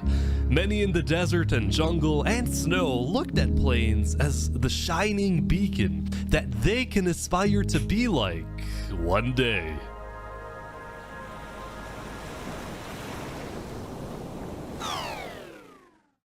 Wait, what? What? As the end of the day approached, Afreak and Turkey returned to the Plains Tavern after spending the day traveling around the world, visiting civilizations in the jungle, the deserts, and of course the Plains Island. During many of his visits, he was very surprised when he found out that most people from these foreign nations not only knew about him, but admired him. This was because rumor had spread about his disobedience to Elanulo, and as a result, he had earned a worldwide reputation as the savior of refugees, the honorable rebel, the man who stood up to the emperor, and everywhere Afreak and Turkey went, he was welcomed with open arms. By He's the like way, a I think he would've been celebrity. perfect for that. Yeah, I heard there was a comedy show here. You should have called me over. When it came to the Aculon Empire, the truth was, a freaking Turkey had no intention of causing any type of uprising or revolution. Yeah. In fact, he was strictly against the idea, knowing just how devastating a major war would be. But he did want change in the Empire. During his prolonged stay in Plains, he had seen what freedom and democracy look like. He had come to regret his more tyrannical actions in the early days, and he now envisioned a reformed Aculon Empire. His new dream was to bring democracy to Snow, bring freedom to the people of the Aculon Empire, and make the Snow... It's never gonna happen, guys. No. It's never gonna happen. Nah. He will never agree. That would never happen. He's so dead. Refugees This guy's dead. feel safe to come back He's dead meat. home. I might They gotta just kill be him. overly optimistic, but I think we can achieve world peace. Okay. Nah. If a freaking Turkey is able to convince Bro, he's so Alanielo to optimistic. convert the empire from a tyrannical dictatorship into a free democracy, and then the Aculon Empire ends up joining the Allies, then world peace wouldn't just be a far-fetched idea for wishful thinkers. It would actually happen. With this massive goal in mind, a freaking Turkey prepared for tomorrow for his big meeting with Alanielo. Nah. He's so dead. This guy's dead. Just remember everything we talked about. We'll be watching. Before a freaking Turkey took off for the Snow Island, he had met with the 4 major plains leaders one last time to tell them what he hopes to achieve in his upcoming talk with Alanielo. The Plains leaders were pessimistic. See, when they heard about Alanielo's strict conditions for the meeting to take place, they suspected that this was going to be the meeting where Alanielo removes Turkey from his second-in-command position, or worse, puts Turkey in Aculon's prison. He's gonna die. Whatever happens today, the Plains leaders promised Turkey that he has the full support of the allied nations. Even if they can't attend the meeting, they will be watching and will do whatever they can to help him. Wait, so it's literally just 3v1 now, huh? It's just 3v1. It's like everyone against the Snow Island right now. There we go. Turkey is now back on the Snow Island. I think he's going to the meeting right away.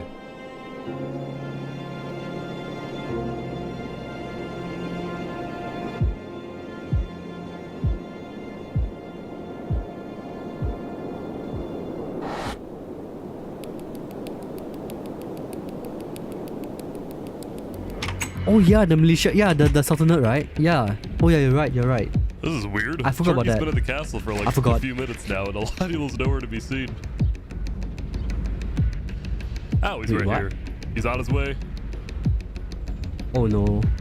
Oh no. This is bad. This is really bad. He's so dead. He's so dead, bro. Here we go. Everyone's here now. I think everyone's here now. Knights come to the castle. Wow, I think these are all the high-ranking officials of Aculon. They're all here. Hear ye, hear ye. All barons, Duke Turkey, and fellow knights have now come together to speak with Emperor Alanielo. Alanielo, would you please start the conversation? Wait. Turkey, hold up. So before we begin, sorry to interrupt. I have a special thing I want to do real quick. Wait. Here. Drew, not yet. I want to do something first. Turkey, can you sit on the throne for a second? Oh no. Why? Just do it. Okay. What are we doing? What is happening? Can I trust you, Turkey? Oh shit. Yeah? You like What? this, right? Sitting on the throne? Oh. You put me on here. I don't know what you're talking about. In front of all these people? What are you getting on about? I know that you've colluded with the Plains Alliance. And I know that you want to take over this nation. Take this throne for yourself. Whoa. What? There's nothing you can do at this point to convince me that you're not plotting a revolution against me. I caught you red-handed. No! Alanulo! Yes, I've talked with Plains. I've also talked with Desert and Jungle. I am a diplomat. And I'll tell you this, all those people that I talked with will become our allies the moment we turn this place into an actual democracy. Why are you secretly leading people off my island? Because they thought you were going to kill them. And to be honest, so did I. So that's the point of this meeting. You want to get rid of me? You know what? How about I just leave, and you won't have to deal with me again? I'm just gonna go, okay?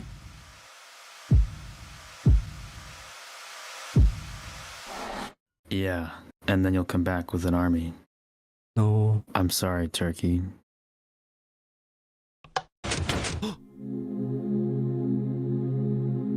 No. No. Turkey. My boy Turkey. Bro. Yo, this guy's evil. Not Turkey. Wow. He saved people. He saved so many people from the Snow Island. Oh. And then now they're all dead. Wait, they're killing Turkey's supporters. They're hunting down his supporters as well. What the fuck? This is crazy. Wait, so they killed like that, everyone under there him. was a purge on the Snow Island, and many of Turkey's supporters were killed. The few who were able to escape immediately swam to the other islands to tell everyone exactly what happened. And all of the knights started executing Bernie, Ender, Turkey. They assassinated some of the most loved members of Akalon. When Afreak and Turkey's death message appeared in chat, people around the world were outraged, and shortly after, the leaders of the Allied nations started activating their militaries, putting them on standby. Turkey once visited Los Pollos Hermanos. I'm giving the army chicken for 50% off to make sure they're ready for battle. Meanwhile, Alanulo got word that the Allies were preparing their armies, so he declared a full lockdown, reached out to his own allies, and called them to the Akulon Castle to be ready in case the Allies declare war. And sure enough, when the Plains leaders talked with Theria and Seth, the vote was unanimous. On day 10, the Alliance of Democratic Nations officially declared war on the Akulon Empire. The UN versus the Snow Island. I wish you luck and great success. Hopefully we all see some of you tomorrow to sign the constitution of the new Akulon Republic. The new Akulon Republic that we all dream about having. Thank you.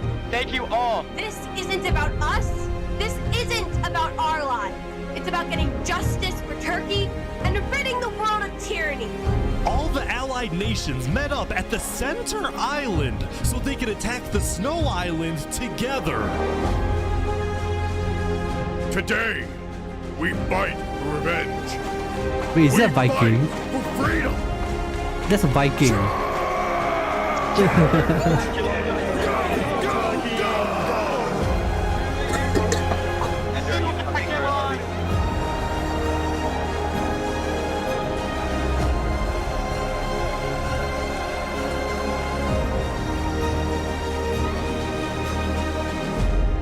Little did the Allies know, Alanulo had set a trap. The Akulon builders had taken inspiration from history and created what they called the Iron Torch, the most advanced defensive tower in the world. Yo, complete with that's dangerous sick. height, sturdy walls, arrow slits, and lava cover.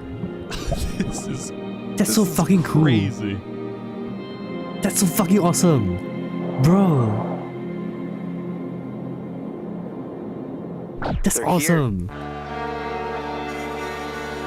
The iron torch.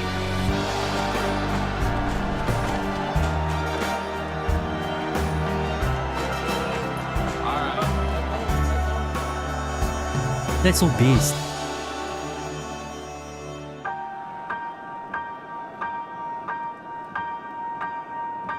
Time can never be your trusted friend or your sworn ally.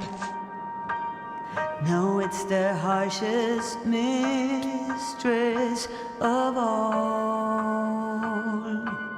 Wow. And life is just a chain of moments spent, 1,000 hellos and goodbyes. Maybe a love What the like freak? ours can What the leave freak? out Yo, its the inside is so complex.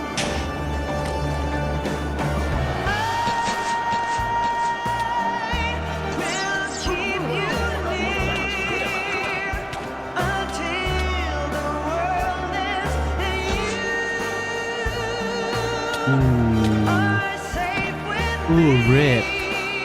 Ow.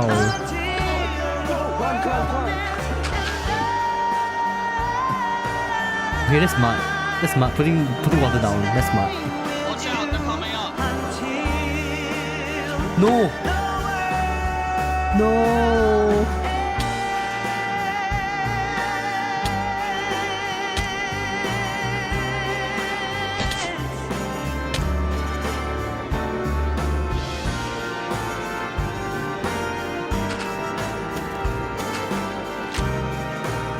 Oh, that's so smart. Yo, that's so smart. That's big brain. Wait. Did you guys see that? He was using the tree as a cover. That's so damn smart. Let's watch that again. Look at that.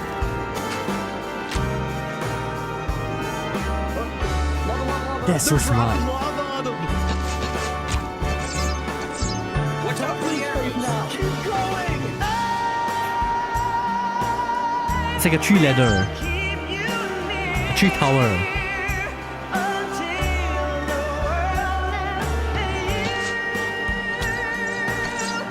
Hey, he's such a coward, right? Like that dude is such a coward. Like he's always hiding somewhere. Eleanor.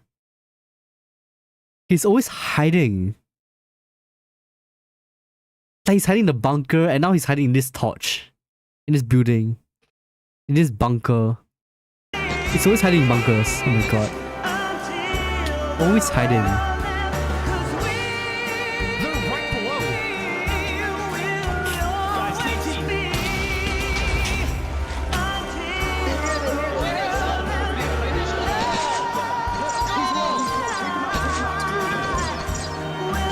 Oh, they got in. GG. Ooh. He did, boys. He did. He so did. Nice. So nice. What? Yes, let's go. He did. Haven't you heard about Haru Aurara's passed away? Died. Wait, what? What's that? Who is that? Is that like an idol?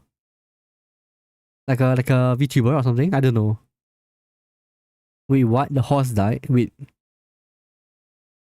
Oh, it's a horse. Oh. Aquilan Empire officially I see. surrendered. Wait, Aquilan's officials say they surrendered? Still kill them. But even though Aquilan surrendered, the allies didn't stop fighting. No mercy. They're all saying no mercy. No mercy. Like that, there was a purge on the Snow Island. But this time, it was the supporters of Turkey doing the killing. This is just an absolute slaughterfest. They're all dead. Look at that. All dead. After a while, the Allies had completely taken over the Iron Torch, and all the Aquilan forces had either been killed or had fled the island and gone into hiding. And with that, the Alliance of Democratic Nations had so the UN won defeated the Aculon Empire. The United Nations won. It was Literally. only when the war ended and the clouds parted that the Allies were finally able to reflect on what they had done. They had succeeded, but they had also shown no mercy. When their enemy surrendered, they continued to be ruthless and thirsty for blood. It was as if they had become their enemy. As the Allies each safely returned to their homes, now with Democracy. a clear mind, many of them felt regret. Neither side was completely innocent, and the war was complicated.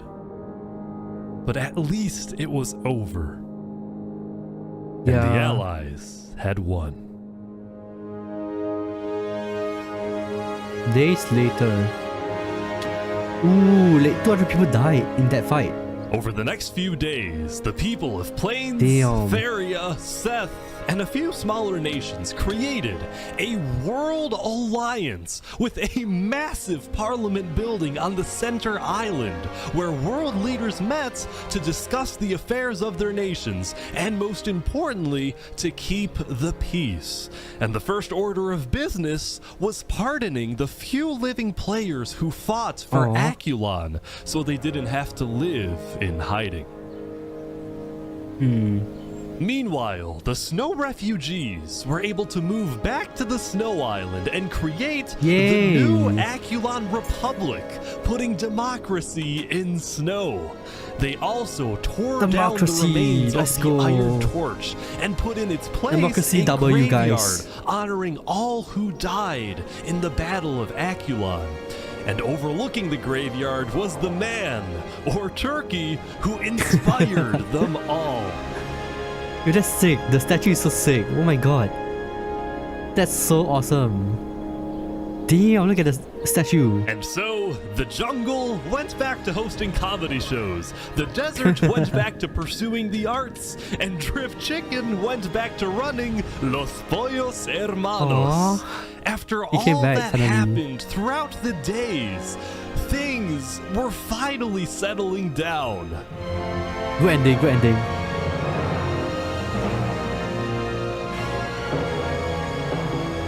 For many players, the Wait, is that newfound weed? Hold on. peace allowed Hold for on a minute, new is that weed? stories to begin. It's But a weed for farm. us, it's a good place to end.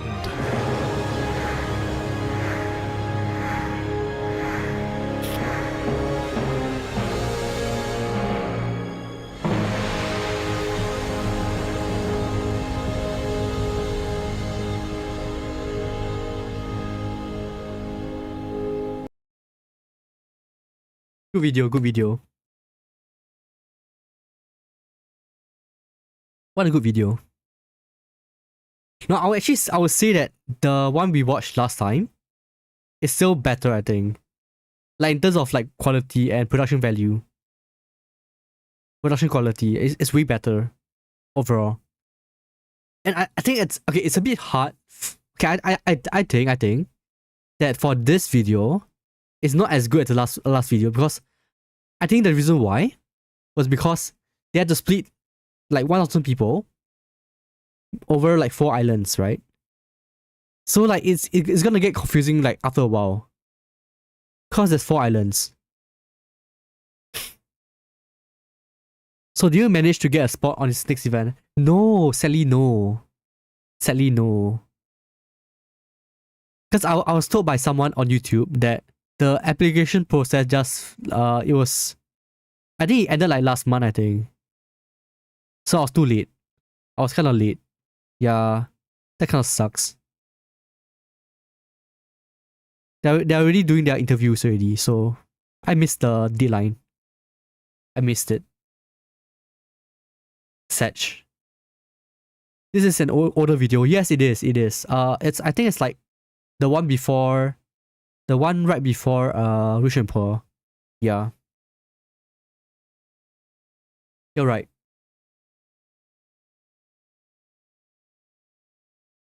Oh, let's watch this one. How about this? Wait, it is also by Ish? It is, right? I think it's by the same guy, I think. I think it's also him, right? It's only 30 minutes. I think we can watch this one. What's this? 1,000 cells, 1,100 guards, and 1 warden. So it's like a massive prison. Oh. Ooh. It's not gonna go well, guys. It's not gonna go well. It's decent. I mean, it's only half an hour though. It came out in 3 years ago. It has 20 million views. Huh. Let's watch this. In the biggest social... Oh, sorry. Oops. In the Oopsie. biggest social experiment yet, I put 1,000 Minecraft players in a massive prison. 100 of those players will be selected to be guards. They'll be led by one warden who must maintain order. Will the prisoners be obedient, or will they riot and try to escape? Just like in real life, if a player dies, they are dead forever. A What warden? ended up happening was crazy. I present to you the prison experiment. Okay, this sounds interesting. Sounds interesting. All right, I think everyone's in. So what are you in for? Interesting concept. Tax fraud.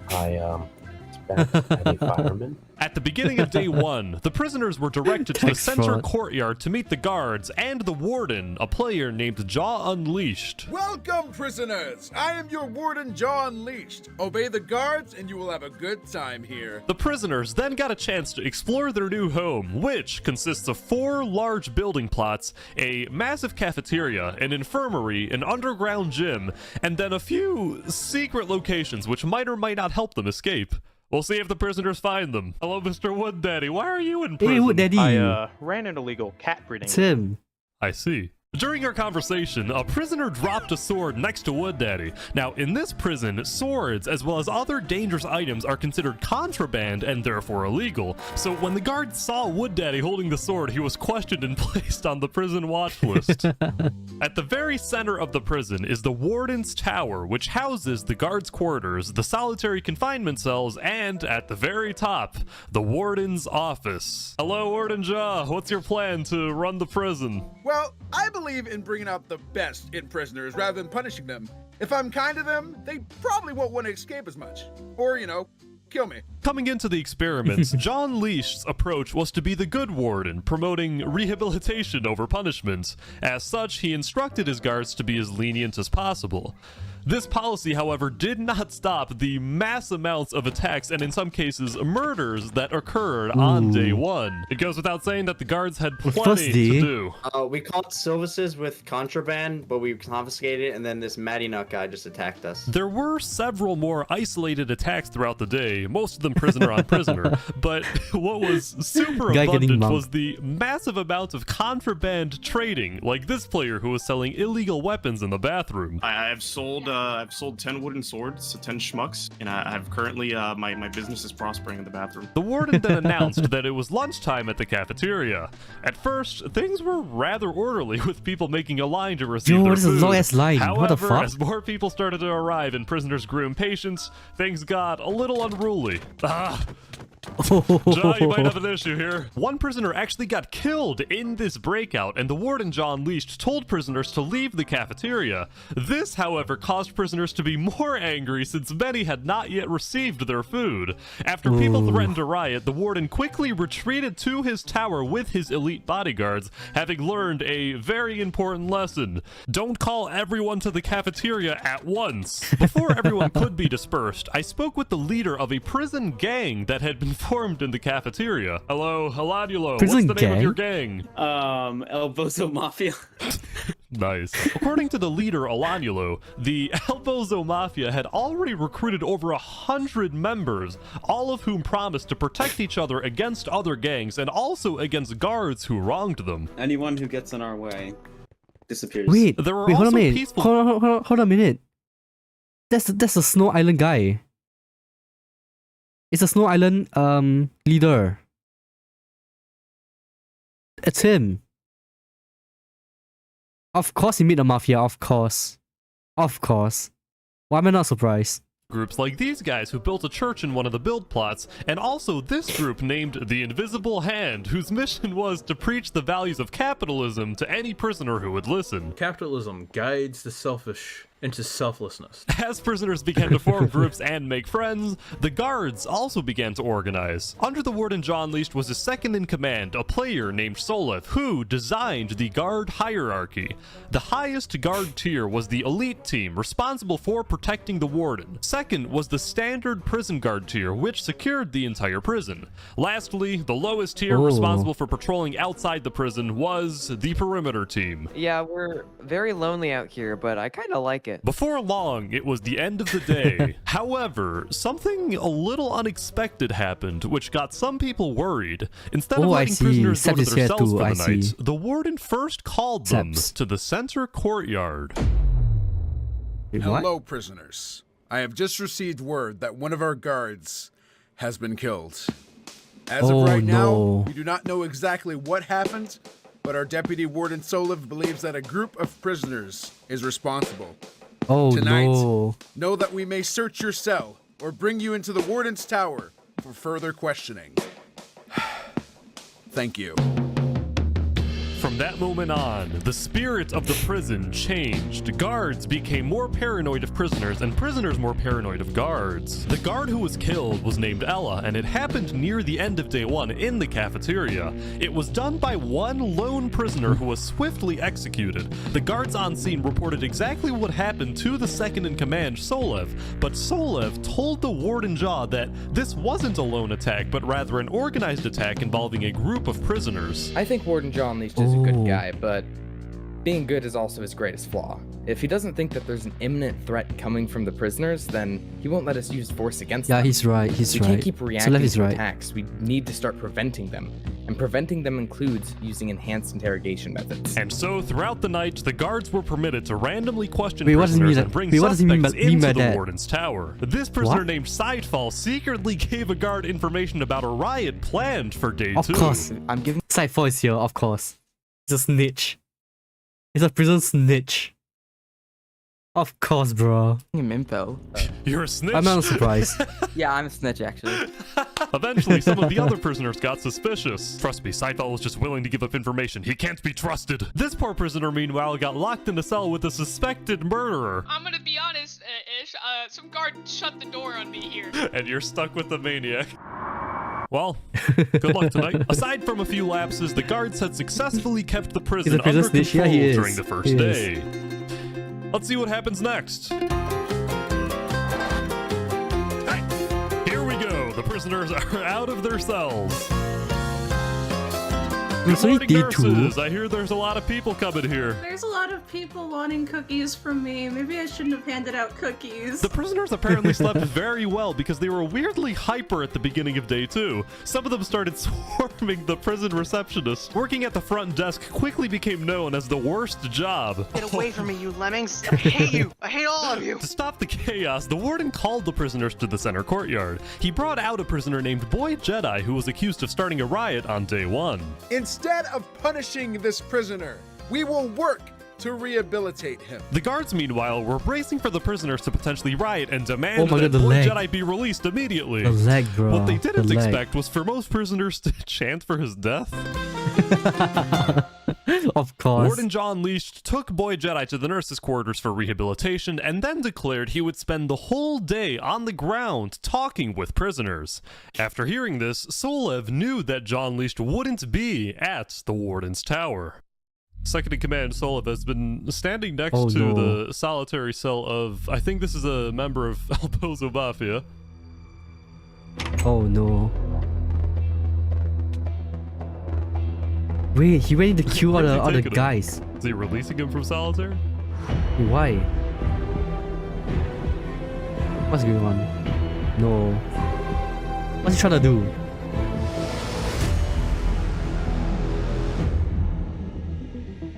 Torture chamber? Oh. Torture chamber. ASMR? What the heck is... It turns out that the rumored torture in the prison is real. This massive underground complex was so secretive that most guards didn't even know it exists. Solev knew that John Leash's policies would lead to disaster, so he secretly took matters into his own hands. He brought 2 members of the El Bozo Mafia from Solitary into the underground complex's arena, and then in a cruel twist forced them to fight to the death. Wait, hold on a minute. So it's like West Helm. It's like West Helm from the Lucianpur Island video. It's yeah. Trial by combat.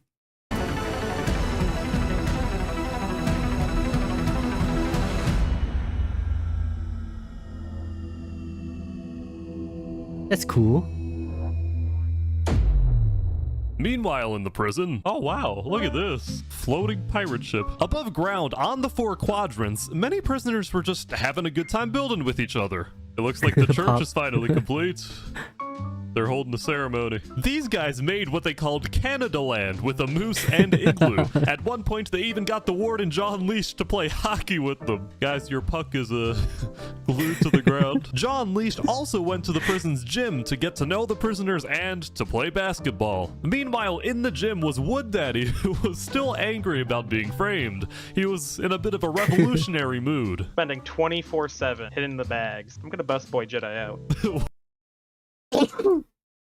Sorry. Bless me. You're gonna go save Boy Jedi. Yeah, save Boy Jedi. Man did nothing wrong. Of course, I had to also check in on the cafeteria staff, see how they were doing after the previous day's chaos. So it's not as bad as it was yesterday. It's been pretty orderly and people are just... Whoa. Yeah, about that. I then caught this prisoner storming hell, telling the other prisoners not to snitch. What's going on here? Why you called them snitches? It's him. Just reminding them, man, rules of the prison. Storming Hell, a representative of the El Bozo Mafia, was speaking with all of these prisoners who were a part of the prison's second largest gang called El Cheese Bozo. Market. These freaking names. Then, all of a sudden, during our interview, I don't know if they want prisoners, you know, grouping up, forming some sort of revolution. Oh shit. I'm getting a hell Wait, out what? of here. What the heck? What the heck? They all just had a story. I see him there. Oh, he's dead. They got him. They found another He's guard. dead. He's dead. Second guard down. He's dead. The El Cheese Market gang ran throughout the prison as a pack, searching for guards to kill. I didn't do anything, man. Yeah, you went from don't snitch to Revolution. Guys, please. The gang It's then a headed revolt. right for the cafeteria. Oh boy, they're in the cafeteria. Yeah, they're slowing down. There's a lot more guards in the cafeteria, which probably makes them more hesitant to attack. Wait. Yeah, they're heading down the hallway. There's a guard. They're attacking him. Oh my, down he goes. They continue to wreak havoc around the cafeteria until... Solev and the elite team were deployed to disperse the riot.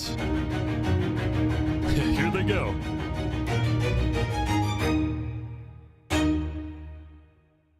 The violent perpetrators were killed. Wait, that means they have diamond armor now. The gang. They have diamond armor. Then the riot was dispersed, but not before taking the lives of 6 guards. For the rest of the day, guards were getting tipped off that several more large riots may occur, and all the prison staff were getting scared for their lives. Warden John Leash needed to get this prison under control now, and The video should be convince called not Gangs only the vs. prisoners, Guards. but also his guards I mean, you're not that wrong, his though. strategy of rehabilitation over not punishment, wrong. kindness over compulsion, was actually working. As such, he called everyone to the censor courtyard and brought out the prisoner Boy Jedi, who had just finished the prison's new rehabilitation program, which consisted of being forced to speak with a therapist and only being released once you promised to never commit a crime again. Yes, rehabilitation is good. I know what I did wrong, and I will never do it again. I love this prison. Warden John Leash then stepped up to the podium to give what needed to be the most important speech of his career. Thank you, Boy Jedi. Today, we saw violence like never before, which has caused some to question my methodology, my belief that we should help rather than punish. This prisoner here is a prime example that rehabilitation does work. After getting to know many of you, I can tell you that while it may be hard to see, there is good in this prison. From the care given at the nurses' quarters to the friendships formed in the Nah. cafeteria, from the building competitions to the hockey games, Nah. from guards to prisoners, there is hope. Oh shit. Oh shit. Oh.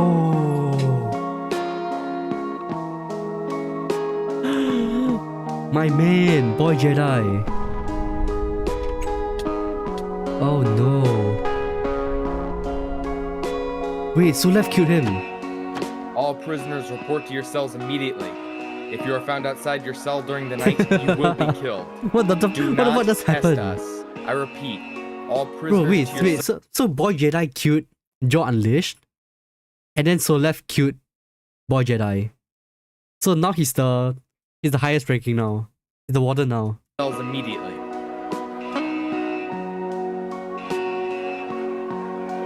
Yes? Okay. A What was he new thinking, day man? had come, and the What was he warden thinking? was dead. It is unclear what had provoked Boy Jedi to kill the warden, but to the new administration, one thing was clear. New warden, new rules? Rehabilitation Yeah, it's had gonna be bad, failed, and it man. was time for a more strict approach. After paying tribute It's to the gonna get old so much warden, worse. Solev was sworn in as the new warden and expressed his main priority to maintain order. At the beginning of day 3, many prisoners were rounded up and brought into the warden's tower to be questioned, including the El Bozo Mafia member storming hell. What? Give me names or nobody will hear you scream. What's going on? Are you giving names or not? I don't know, man. Snitches get stitches. Is God testing me right now? Is God testing my faith? Even though the previous day's riot was caused by the El Cheese Market gang, the guards believed that the El Bozo gang was responsible because Storming Hell appeared to be leading the initial charge, even though he had no idea what was going on. The leader of El Bozo was not happy. The El Bozo Mafia is being falsely accused. We demand justice. In the new administration's effort to stop gang activity, all 4 building plots were completely wiped and replaced with 4 giant cubes that the guards expected prisoners to mine out. Also, Solev hired several new guards with upgraded gear to search potential gang members. One of these new guards was Nolan from the Mr. Beast cast, who has already spent his fair share of time in prison. Mr. Wood Daddy, I think it's time for a cell check. I've heard you've been naughty. I don't know where you're hearing this from. We have to do a cavity search. Oh no. Oh no. Oh, Bend no. over, Wood Daddy. We have to do this. Hi, Sonny. cavity Hello, hello. Just drunk. All right. I need you to cough for me. Oh! A sword popped out! He's got a weapon! Wood Daddy just could not catch a break. Afterward, when he went to the nurses' quarters for help, he found out that the new Solev administration had replaced talk therapy with an extreme version of electroshock therapy, which I felt compelled to help out with.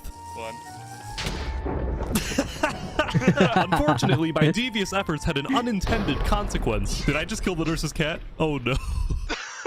Oh no. No, I didn't.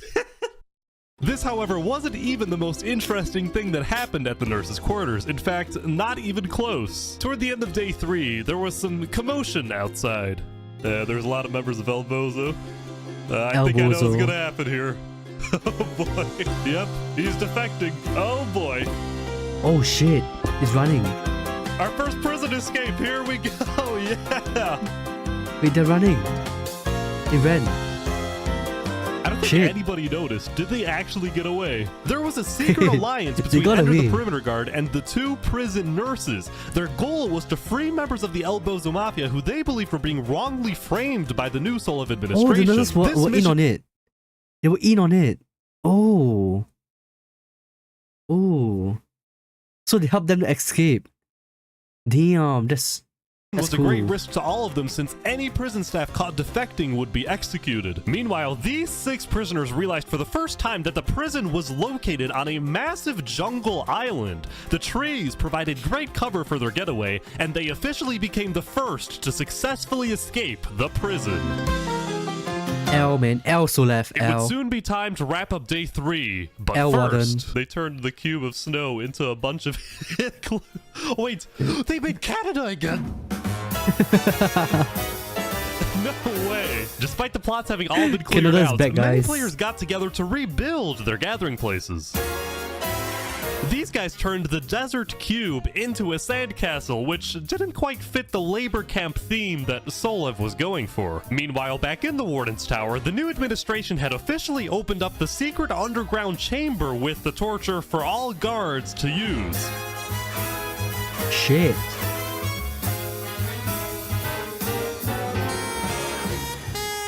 Here we go, ladies and gentlemen. Alanulo, the leader of El Bozo, versus one more second leader of a gang called the Freedom Fighters. Little did Solev know, at this very instant, two defecting guards were approaching his office.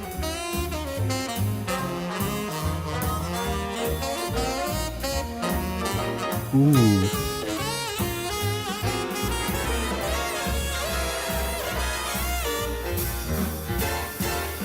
Wait, someone's gonna die? Ender and Legacy had sneaked into the Warden's office and discovered the prison experiment's largest secret, what I called the funding variable. At the beginning of each day, the Warden is given a list of people who are funding the prison. The Warden must meet with these funders, which I select, and make sure they are satisfied with the prison's performance. The less funding the prison has, the more things tend to go wrong, like the cafeteria running out of food, the torture machines malfunctioning, or like tomorrow. The reason things were breaking so fast on days 3 and 4 was because confidence in the prison dropped hard after the old warden died, and all the funders left except for one. On top of this, if funding ever reaches 0, then all server-side protections of the prison are revoked, and prisoners will be able to place or break blocks anywhere within the prison. In other words, it would be chaos. So without further ado, that makes sense now. Let's see how this experiment ends.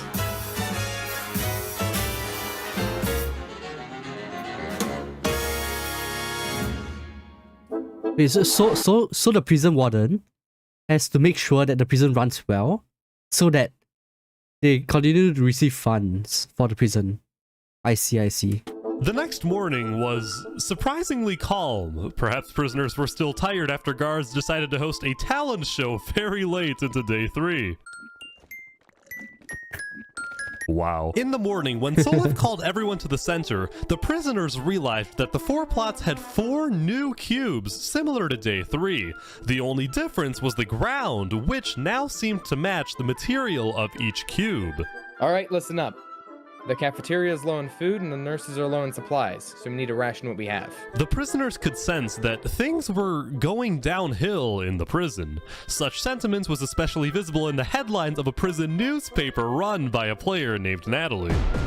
Furthermore, when a monument of the old warden was built in the center courtyard, many prisoners started to worship it, nostalgic for better times. This is sad. But not everyone was having a bad time. Guards versus inmates. Wait, he was there. Wait, hold on a minute. He was there. But not everyone was having a bad time. Guards versus inmates. 3, 2, 1, go. Here we go, ladies and gentlemen. Team prisoner with the ball. The Ninja Turtle shoots. Score. He gets it. 2-0. Team guard now shooting their shot. Score! Here we go, 2-2. For the past few days, the gym had been a meeting spot for this group. Right next to it was the contraband storage room, which is where guards dropped off any contraband they recovered from prisoners. Needless to say, there was a lot. Holy crap. Oh my god. The contraband issue was nothing compared to the largest problem that faced the Solev administration. This problem was caused by the last remaining funder, who was listed as MG. Apparently, this funder, who now effectively controlled the prison, was demanding something from Solev, something that Solev appeared to be hesitant about. What could this demand be? Well, for now, nobody but Solev knows, but if he doesn't oblige, he risks the possibility that the funder pulls out, that all server-side block protections are removed, and therefore the jaw of chaos is unleashed. Day 4 was also a critical moment for the most populous gangs. During the previous night, the leader of El Bozo, Alanulo, was killed in the prison's underground arena, and in general, executions of gang members had increased at an alarming rate, and not just of El Bozo members, but all other gangs too. As such, Ender, the defecting guard, felt a renewed urgency to continue aiding in the escape of prisoners. Last night, Ender had led a group of... he's helping prisoners to escape. Ooh.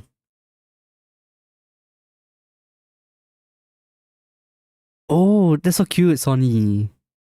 You're teaching kids how to use Adobe Illustrator.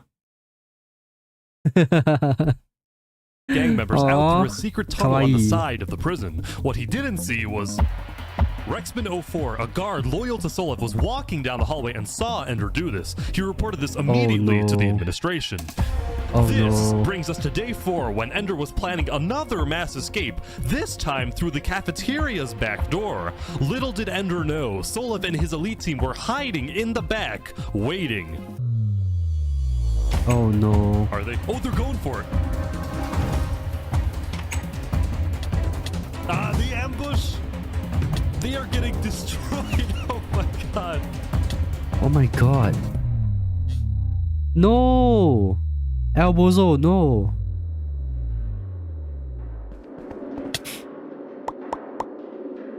Oh, he becomes a prisoner now. Oh no. Ender. I meant Ender. He went from being a Nearly guard all to being a the prisoner. prisoners in the attempted escape were Sad. killed, and Ender was put on death row to be executed tonight. Fearing that more escapes and riots were coming, Solev initiated the prison's lockdown protocol and forced all prisoners into their cells. But because funding was low, some of the cell doors were starting to rust away or malfunction, effectively making them useless. Things did I eventually see. get under control, and once the prison was declared secure, all prisoners were called to the center courtyard, which is when I decided that, due to lack of funding, the front gate should suddenly open. Uh-oh. He's not gonna see this one coming, but that's what makes it Uh-oh. fun, right? Yeah, by the way, Solev, your front gate has malfunctioned and it's wide open. What? Uh-oh. Oh boy, Run, run! Run for your lives! They come. Oh my gosh! Run! Guards are now shooting. No! It's actually working. They are defending this so well. That is crazy. While the guards successfully stopped the prisoners from escaping, there were currently about 20 prisoners who had already escaped, and these now fugitives were all planning to meet up in this undisclosed location in the jungle and maybe go back to the prison to break more people out. I spoke with the builder. I gotta leave a sign. Oh, your political messaging. Solev is a tyrant. Justice for I guess I died. Elanor. I gotta know why I'm out here. The escapees also had to be careful not to get caught, since the perimeter team was sending out guards into the jungle, some of whom set up fake refugee houses to trap those who escape. It's worth mentioning that members of Elbozo weren't the only ones to escape. Throughout the days, there were several isolated attempts to get on top of the prison walls and escape, whether by building up or by going up the warden's tower. Most of these attempts ended with the that's so prisoner smart. getting killed, but some did actually get away. Speaking of Wait, he building up, did it. these He prisoners did it. decided to stage a protest to Solev's policies by making a tower in the sand plot and refusing to come down. We are doing a peaceful protest. We're not leaving this no matter what. And indeed, they stayed there during the entirety of day 4, even during the lockdown. But soon enough, the end of the day had come, and their will was about to be tested. Yasuo did. He's gonna kill them. By this time, all prisoners were supposed to be in their cells, and guards were to complete their end-of-day obligations like restocking the cafeteria or executing death row inmates. For these protesters, the reality that there would be consequences for their defiance was starting to set in. Meanwhile, these two defecting guards were on a mission to sneak into the prison's armory and take as much gear as possible to deliver to the escapees in the jungle. Oh.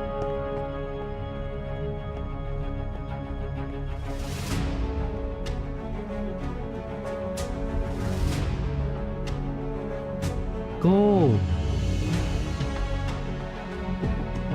Oh, they're smuggling weapons out of the Get down prison. or we will fire.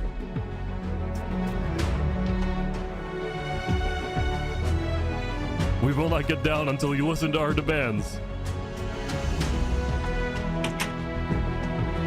Oh, they're distracted now. They can run now.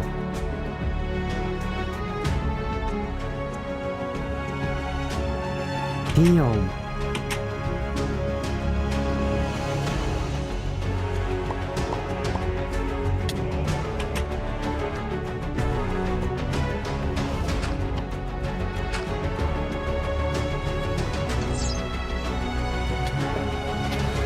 Oh, that's so dead. Wait, what?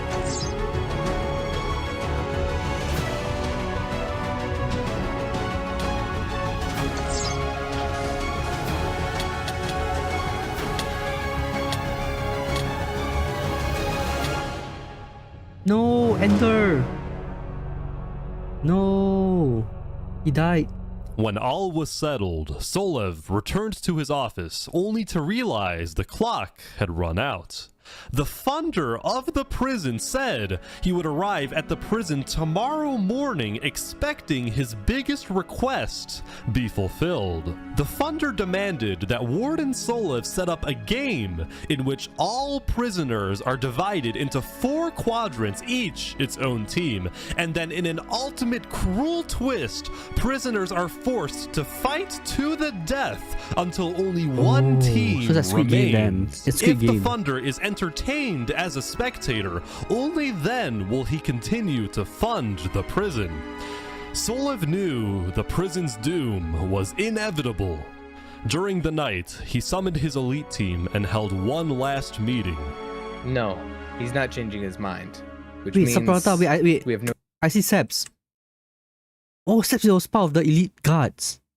Oh, I didn't know that. I didn't know that. Hey, Sebs. No, he's not changing his mind. Which means we have no choice but to do this. I wanted to be a good warden, but Now I you failed. Shut up, bro. I'm sorry. Tomorrow, you bring. Bro, the you were funder torturing to my people, man. office. How were you a good Treat warden? him well You and shut give him up, whatever you he ass. asks for. Then You ass warden. You was torturing people. On day 1. How's he a good warden? When the prisoners woke up the next morning, they realized that all 4 plots had been completely transformed to appear like natural biomes. There was plains, desert, snow, and jungle. The prisoners were told to enter one of the 4 biomes and then put on a colored helmet that indicates what team they are on. These guys are building a fort. I think they know what's about to happen. Shortly, Solev sent his elite team to the dock to greet and escort the funder into the prison. Familiar? Yeah, isn't this from the... It's the same thing, right? The 4 Island thing. They watched just now. The same shit. Literally the same shit. Same thing. Oh, their assassination attempt! Oh, Unacceptable, he says. The funder was quickly led to the warden's office where Solev profusely apologized for the attack. A few minutes later, Solev announced the game. Prisoners, you've been separated into 4 biomes. When the cannon shoots, you will fight until only one biome remains. The chat is going ballistic. They don't know what to do. The battle had begun, but nothing was Good really game. happening. Let's go. None of the prisoners seemed to want to attack. Because there was no fighting, the funder was starting to get impatient, so Solev ordered that guards shoot at any prisoner standing still. Some guards listened, but others... Rehabilitation over punishment. Wait, these guards are standing with the prisoners. Are all of these guards defecting? Then, Teams Desert and Jungle, El Bozo and El Cheese Market started to approach each other.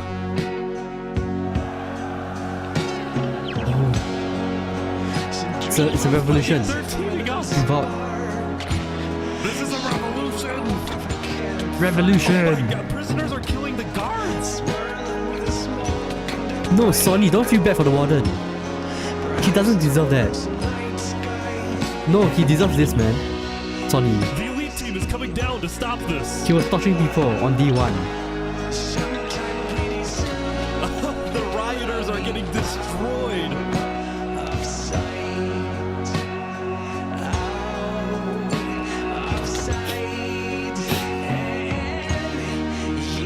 It's on tap. It's on tap. The Covenant. Escapees, they're back.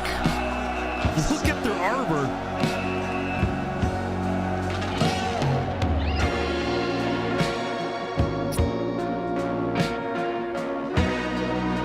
They're running.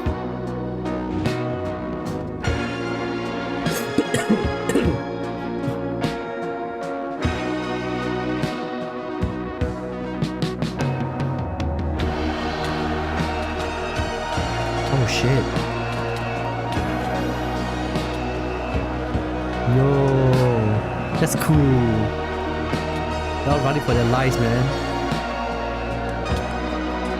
Yeah, right. They all did.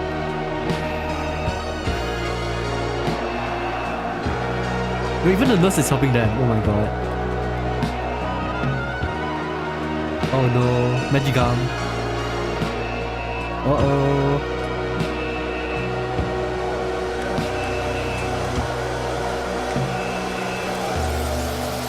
Wait, what?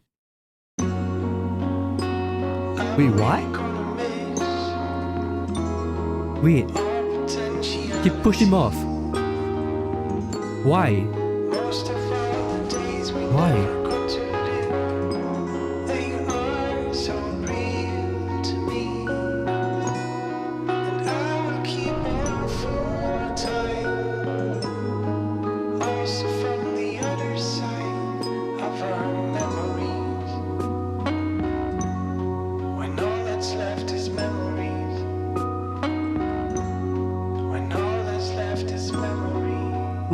Why did MG do that? Why? Why did Magic Gum kill him?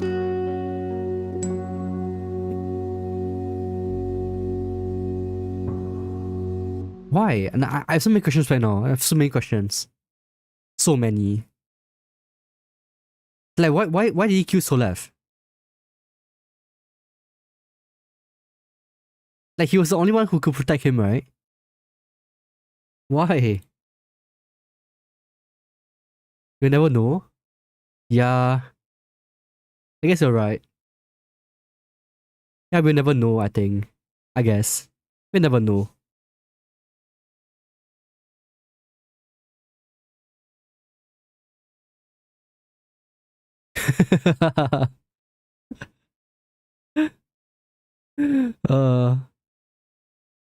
Props to Ilanuelo for going from prison to the leader of a dictator state.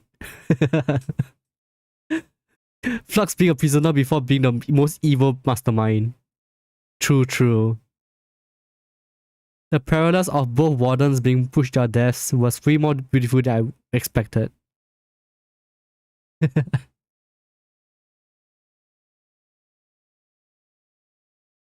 True.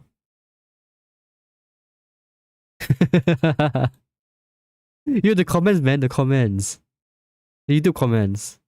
So funny.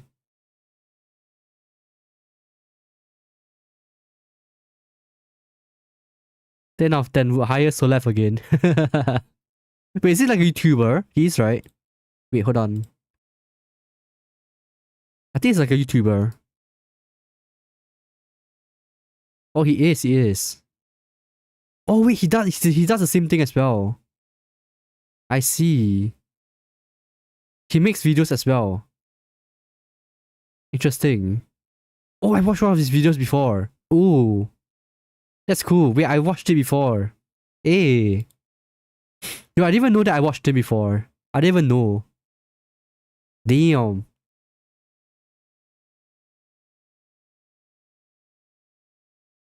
That's cool.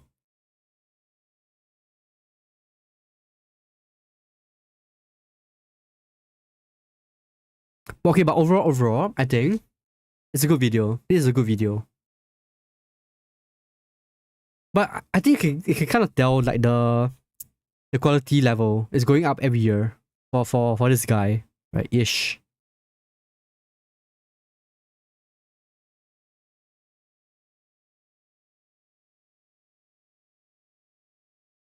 I feel like this video, the Rich and Poor one, is the best one so far.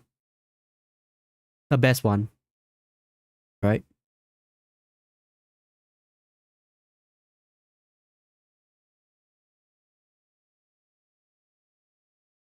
Because I think so far, this is the best I've ever seen in my life. Right? This is the best Minecraft video, I would say. This one. Best Minecraft video ever.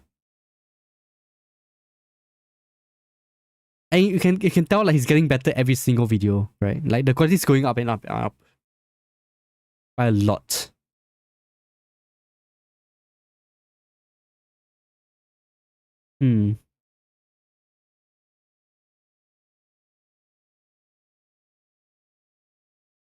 What do you guys think? Wait, have you seen this video, Sonny? You should watch this one. It's a good video. I watched this like last week, and then amazing. Chef's kiss. Amazing video. It's like 2 hours long, 2.5 hours long. It's like a Minecraft movie, I would say. I would actually say right that this is a true Minecraft movie. The true one, the real one.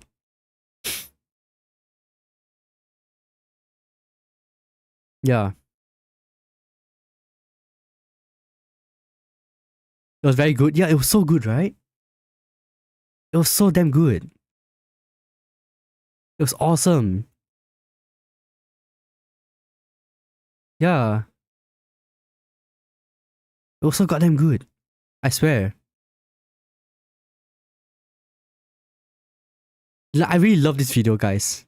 I love it so much. Like, no, I like the music used, the cinematics, the cameras, like the filming, and everything. Like, even the plot was like peak. The story. Like, I think nothing beats this in terms of like video, like in terms of like Minecraft. Nothing beats this, to be honest. Like, so far, all the Minecraft videos I've seen, this is the best one. I watched those like 2 islands. Yeah, there's a... So right. Here's the context. There's like a rich island and a poor island, right? And then, like, there'll be 500 people each, and there would be like a barrier in between for like 5 days. Yeah, and then they are free to do whatever they want, right? There's no like intervention by the mods or by this guy ish.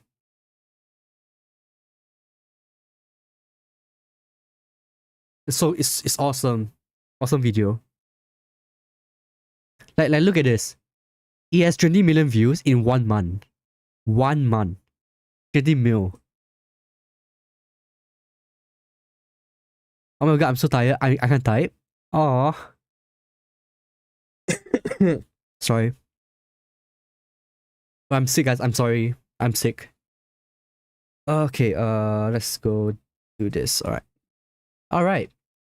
Yeah, I really enjoyed this, the videos that he does. They're so good, right? Awesome.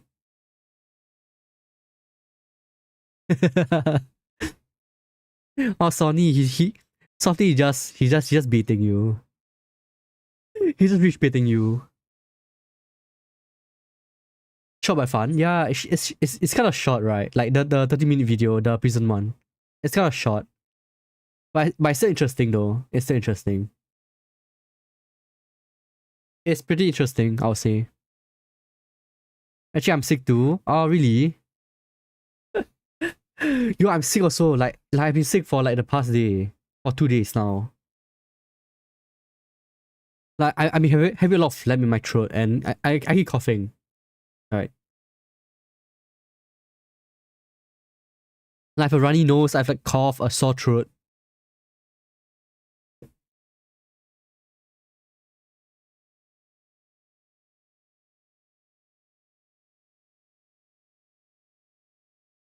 Cold? Yeah, okay, I don't know if I have a cold, guys. I don't know, to be honest. It's just that I feel like my throat is very itchy, and then I have phlegm and like coughing, and yeah, it really sucks. It sucks dick. Oh yes, and by the way, I've eaten medicine, so I think I should be good like tomorrow or like the next day. The day after. Should be fine, I think. I'm getting better, of course, but we'll see. We'll see.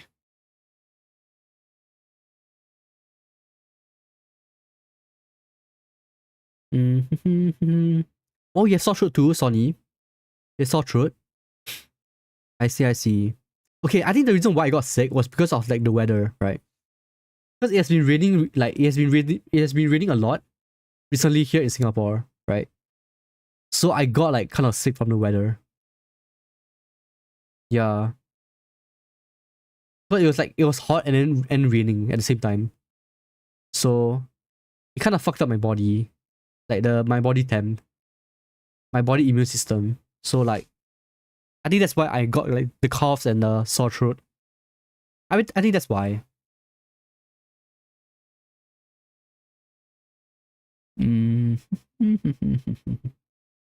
What time is it for you guys, by the way? Is it late for you guys? Is it like nighttime? Cause right now it's like 2:30 AM right now for me. It's 2:30 midnight.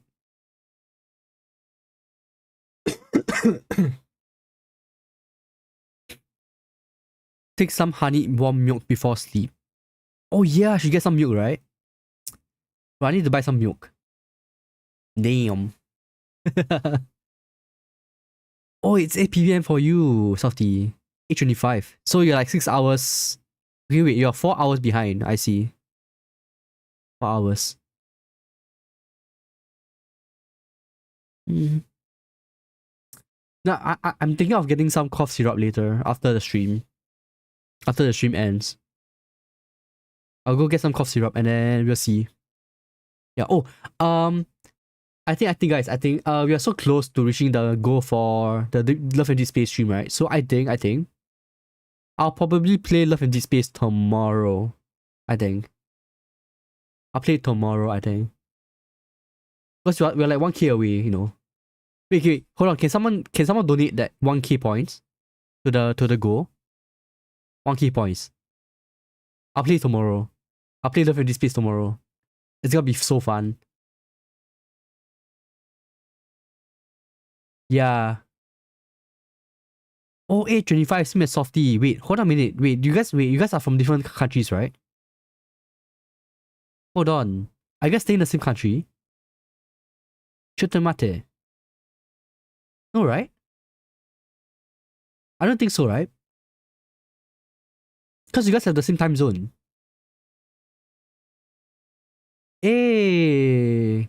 Thanks, Sonny. Let's go. Love and Deep Space stream. Let's go. Tomorrow. Love and Deep Space stream. Let's go. It's gonna be a good night tomorrow, guys. If you got some candy to suck on that, helps with sore throat.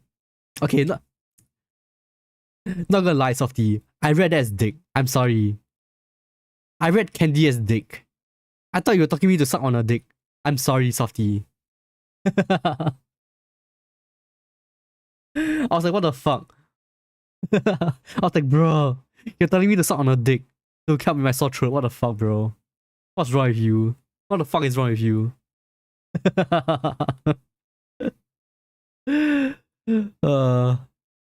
No, for real, legit. I thought you were talking about dicks.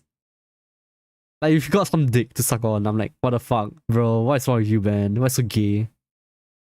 Don't me, man. Don't me. What the fuck? It's not me, it's Softy, okay? It's not my fault, okay? He's way too ambiguous. He made me think dirty. It's him, it's not me. It's not my issue, it's him. Shut up, guys. Shut up. You're both European? Yeah, I know, but I know that, like, not every European country have the same time zone, right? Because the time zone is like based on the latitude of the Earth. Or where you are. See how he treats me? I don't even get paid. Bro, what do you mean? What do you mean? What do you mean? Yeah, I treat you so well. What are you saying, Softy? What are you saying, bro? Bro, I suck on a dick every night, man. What are you saying, bro? Wait, let me play some music. Hold on. Let me play some E33 music. Chuchumate.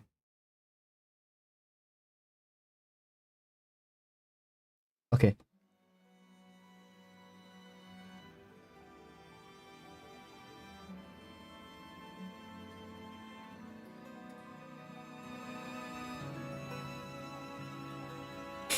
We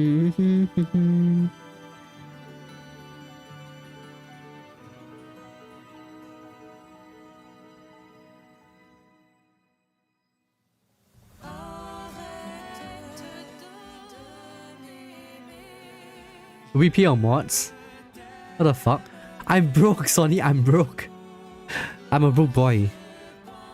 I have no money, man. Okay, Sonny, hear me out. I pay my mods by moaning on stream. I pay in moanings. Okay? I pay my mods, okay, Sonny. I pay my mods.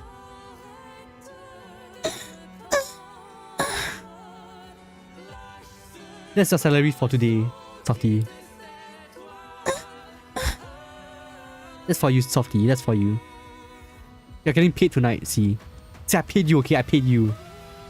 I paid you.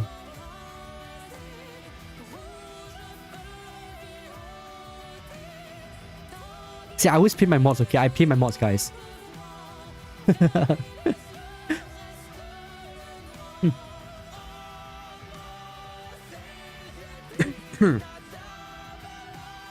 You? What do you mean you? You like that? I know you like that. Stop dot me, man. Stop, Sonny. Don't dot me. I want my paycheck. That's your paycheck. What are you talking about, Softy? What are you saying, man? What are you saying, bro? What paycheck? That's your paycheck, man. That's your salary. You're getting paid already. What do you want? You're getting paid already, bro. Got paid. I feel bad for you, Softy. Don't feel bad for him. It's an honor. It's an honor to mod for me, okay? Am I horrible? Bro, I'm giving him the honor to mod for me. Look at that. I'm giving him the reputation, the prestige of modding for me. Of being a mod for me. I gave him the prestige, the honor. He's my only mod, by the way. There are no other mods, it's only him. I only have one mod. There ain't no day master ain't got me working. No, I don't even force you to come on stream, Softy. I don't force you. Like you can come and go wherever you want. I don't even have like a schedule for you, bro. What happened to Mr. A? Wait, how do I say this? No, okay, the thing about Mr. A is that I feel like he's a bit toxic in like general. And I didn't really like how he treated people, right? Okay, because okay. Here's some context, by the way, for you, Sonny, for you guys who is new here. I used to have a viewer called Mr. A. He was my only viewer for like 2 months when I first started out. Right, and then I mean overall he was a very active viewer in my community, right? It's just that he's a very toxic person and he's a very, what do you call it? He doesn't really respect, like he has no... Wait, how do I say this? Wait, hold on, let me put this in a good way. How do I word this nicely? Okay, because okay. I respect him for helping me out for like my stream for a very long time ago. But I feel like it's not fair to the other people who join my stream. Because I feel like he was hogging up all the space. And he was treating people very harshly. And he was so rude all the time. And I didn't like that in my community, in my chat. Right? And he would say like, he'll curse at people, he'll swear at people, he'll be so rude. That's what I don't like about him, right? Like, I don't care if he's rude to me. It's fine, I don't care, it's like banter, right? But I don't like how he treats people, like new people in my chat. He was very toxic towards others, like to new people, to new chatters.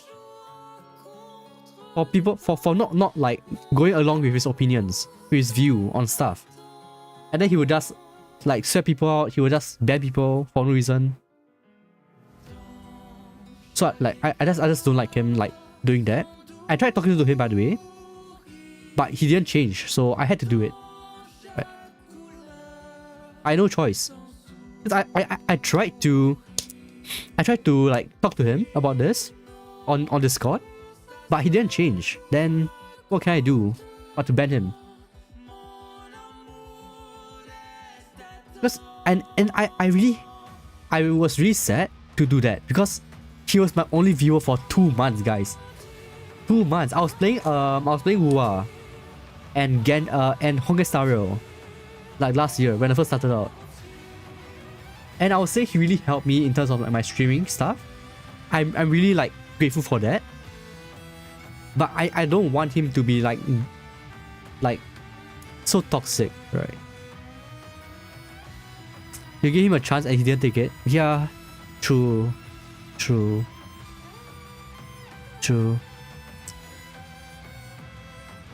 I mean, I do still talk to him, but it's like there's like a gap between us now, right? Like there's a barrier between us after what happened.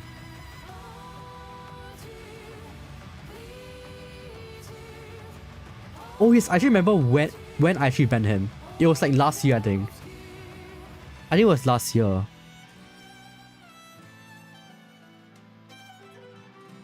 No, because I think at that time, right, he was like doing some weird stuff on stream.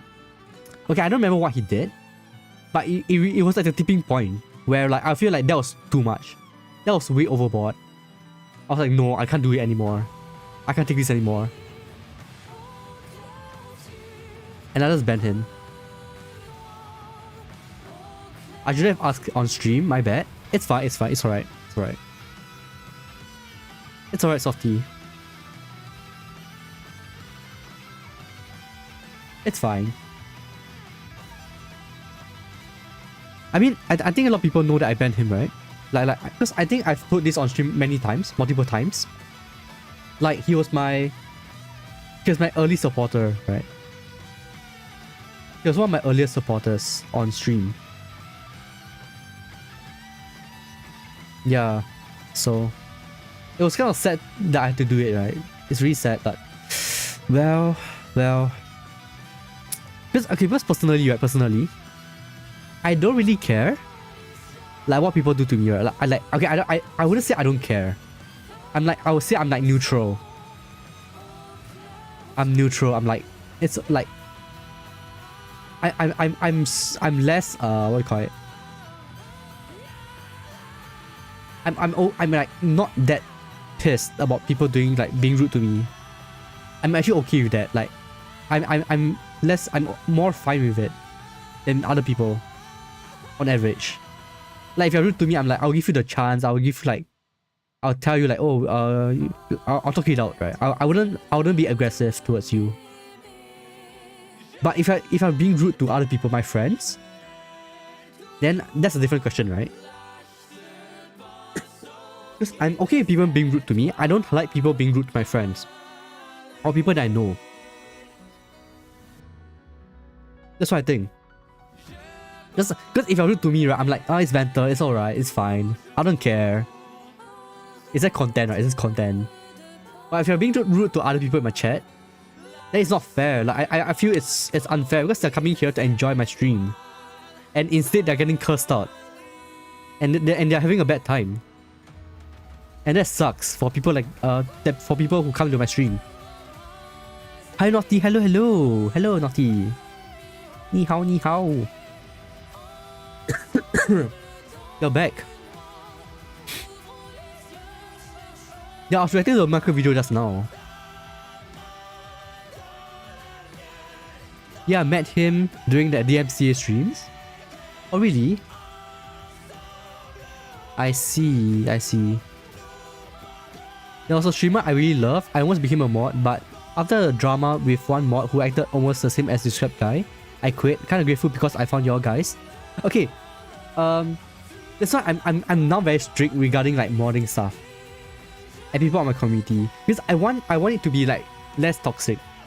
Because I realized that when Mr. A was my mod, the guy that I told you guys before about, I found that like the chat was very toxic. there's a lot of like swearing, like there's a lot of what do you call it? Negativity, yes, in chat. When it was around. And I realized that the vibe really changes. Depending on the people in chat, right? Like even if there's only one person toxic in chat, it's gonna ruin the entire vibe of the chat, right? Just one person can ruin the entire vibe. I only really ban bots till now. No, because okay, I would say that so far, like most of the people I know, like through streams, right? My viewers, right? They are fine. Like so far, I've not really banned a lot of people. Yeah, you're right, Softy, you're right. Oh yes, I want to tell you guys about one viewer that I knew, and I had to ban, and it was really bad, right? So here's the story. There was a viewer from Philippines.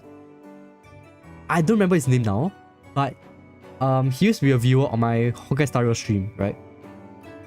I met him through Honkai Star Rail, and he came, and I was a VTuber back then, right? So I had a few viewers back then that were underage, and this guy was messaging them on Discord and like saying like weird stuff. And I didn't know because he was such a nice guy in chat and stuff. I'm like, oh, he's a chill dude. And then he would participate in like chat. He would talk to people on Discord, on my server. I thought he was a nice guy, right? He has a nice vibe to it. Then I realized that. Then my two of my viewers who are underage, they told me about this guy, and they sent me like screenshots in chat. In the Discord chat. And I look at it, I'm like, what the fuck? What is this? That's a PDF behavior, man. So like, it was so bad. So I was kind of like pissed off. Right? I was pissed. And I DM him on Discord. Right? I DM him on Discord. The thing is, he didn't reply.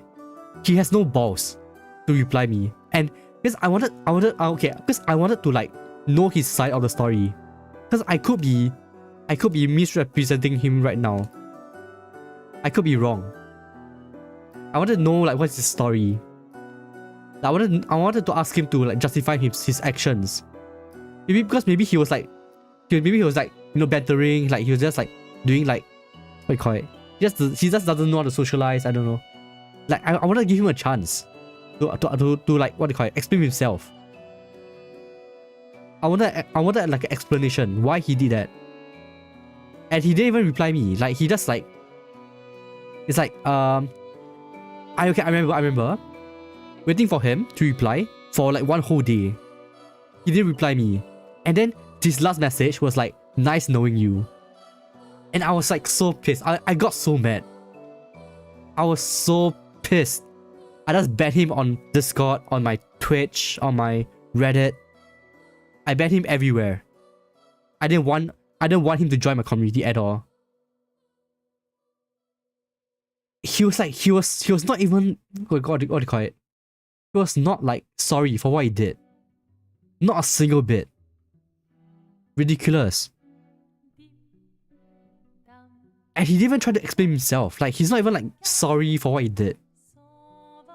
Like at least act sorry or something. Maybe I'll give you like a chance, you know, like maybe I'll give you like a chance to explain yourself.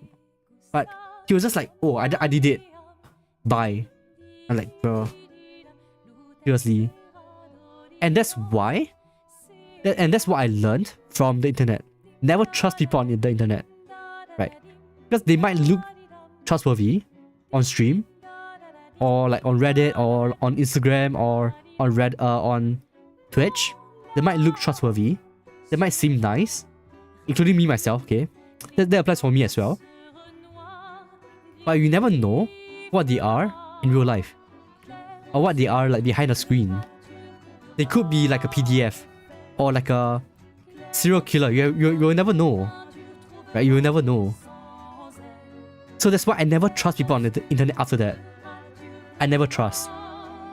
I always take it as with a grain of salt. Sorry.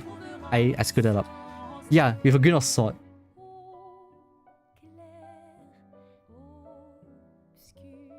He ran? Yeah, he ran. He ran the fuck out, man. He ran, bruh. Like a coward. Okay, here's what I think, guys. Here's what I think. I really think that nowadays, people don't have accountability and responsibility for their own actions. Right?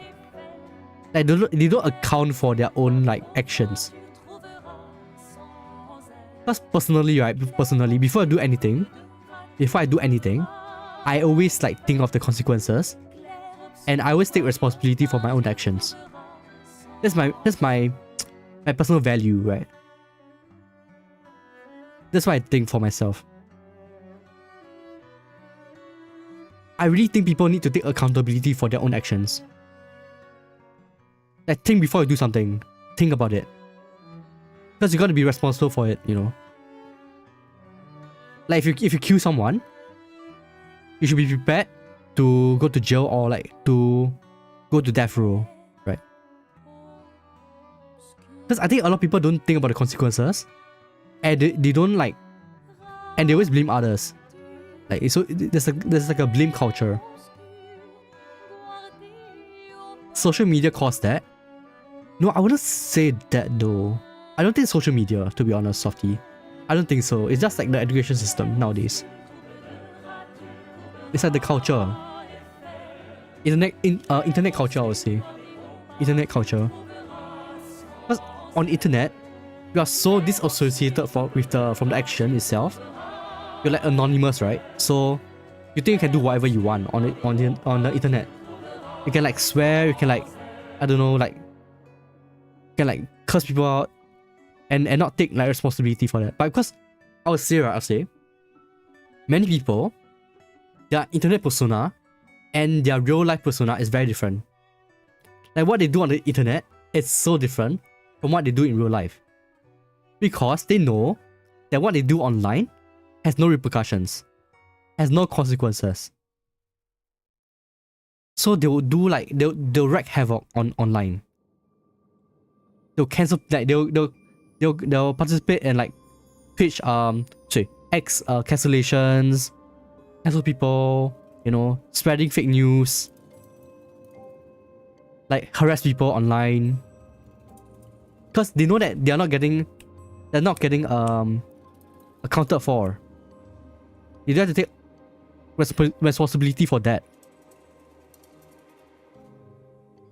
Mine is about the same. Okay, because, okay, if you look at my Reddit or my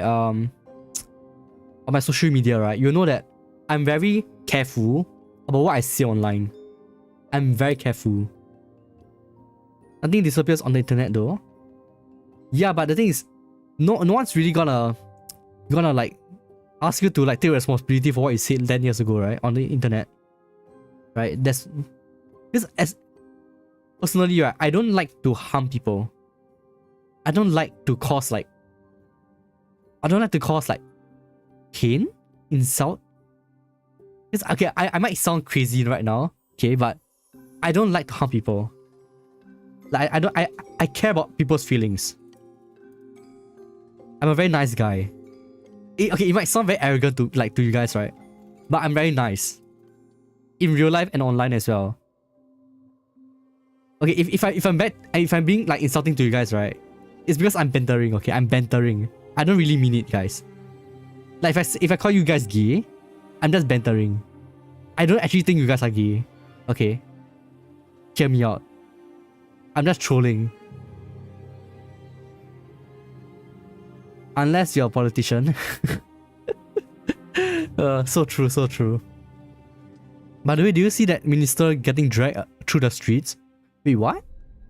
What minister? Is it from Europe?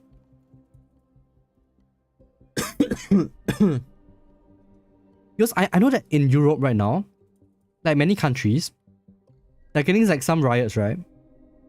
Like protests about mass immigration and like stuff like that. About like some left policies. So, like I think the world right now is like going to shit.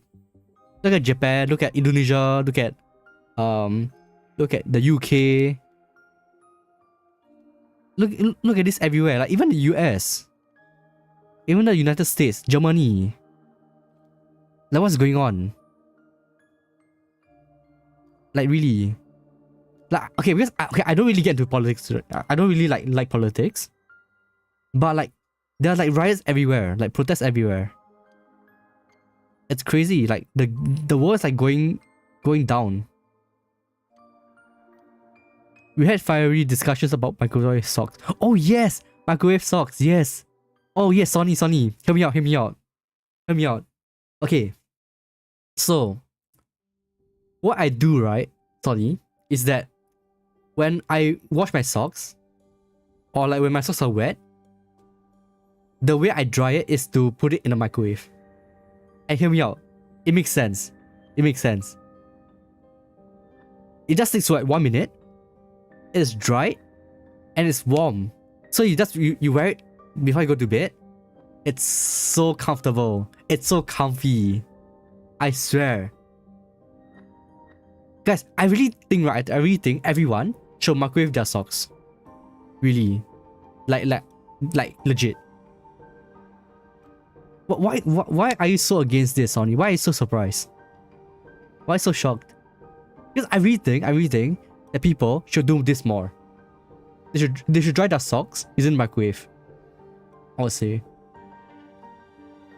I really think so.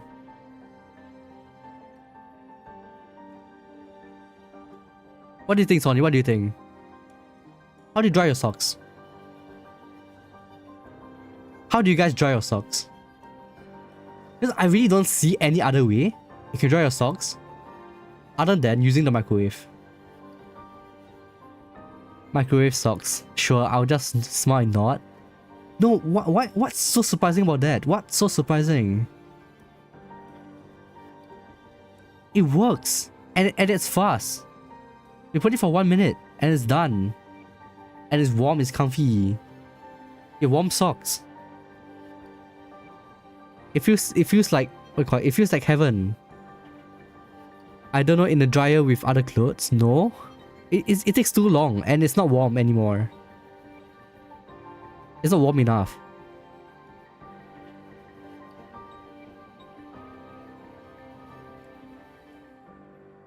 Yeah. Okay, the original video was removed from Reddit, but I think this one tells the situation. Wait, which country is it from, Softy? What country is it from? Is it from Europe? Is it a country in Europe? I wonder. It sounds like it. Sounds like a European country. Why would you even want warm socks? Why not? Why would anyone not want it? Nepali. Oh wait, I think I know about. I think I remember that. I saw it on the news, I think. Yeah. Yeah, there's some like weird stuff going on in Nepal. Yeah, you're right. Yeah, I think I saw this on the news. Like I think today or like yesterday. Yeah. I remember seeing something like that. No, but I didn't know what happened though. I know something was happening in Nepal, but I didn't know they were like doing some weird shit like that. I didn't know. Yeah. I didn't know what's happening. I just knew that something was happening in Nepal. It feels horrible. No, try out, Sonny, try out. Legit. Just do it once. Try it once. Put your socks in the microwave. Do it for 1 minute. Try out. Legit. You'll thank me. Sonny, you will thank me. You will thank me. For real. Once you microwave your socks, right, you can never go back. For real. You can never go back to drying your socks using a dryer. Never. I won't microwave my socks even if you're my husband. No, thank you. No, try it out. I swear it's good. It's really good. Trust me.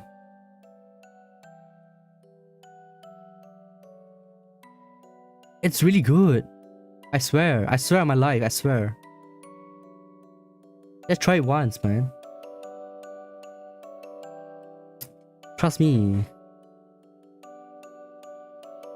It's like so good, bro. You guys are missing out. You guys don't know what you're doing, man. Not trusting you on this one, brother. No. And I never lie. I never lie. I'm always right. I'm always right. I'm never wrong, okay? I'm never wrong.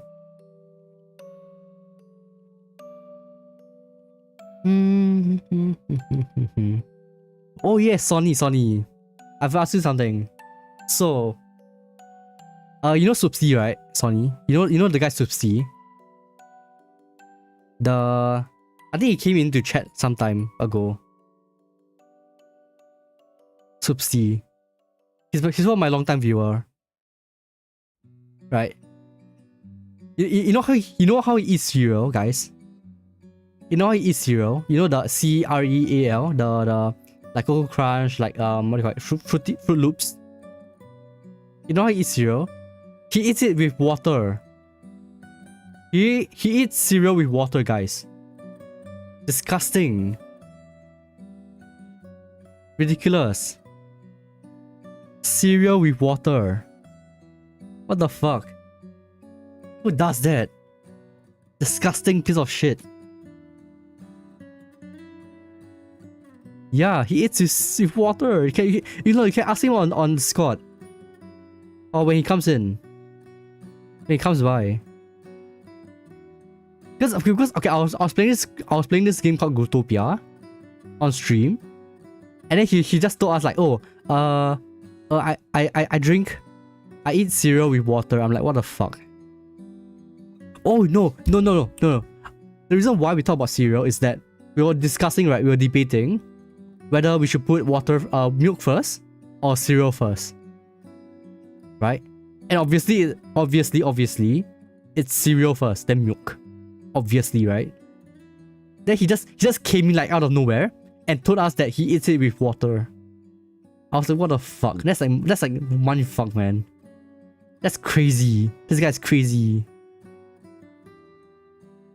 How will you eat it with water? Yeah, exactly. How do you eat cereal with water?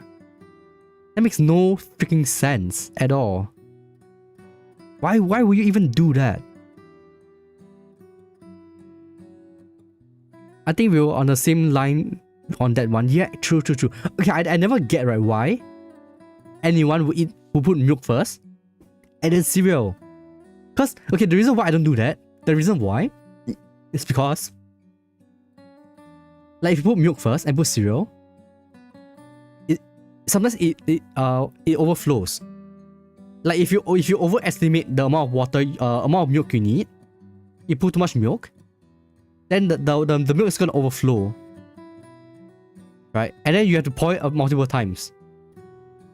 And also, the reason why I don't put milk first is because if you put milk first and you put cereal, sometimes it splashes out of the bowl. And it's gonna cause a mess. It's gonna cause a milk splash. Yeah. That's why I don't add milk first. I add cereal first. That's why. It makes sense. It's like a logical, scientific method. It's logical. I have a reason. I have like 2 reasons. It makes sense.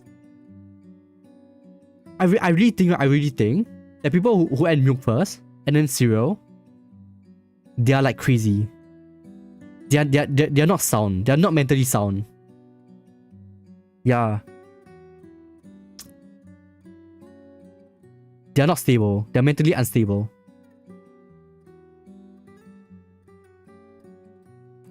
Both first, I guess.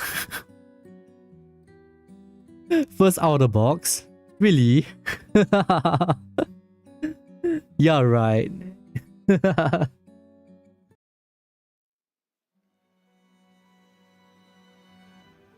Okay, but anyways, I'm very like excited for the Love NG Space stream tomorrow.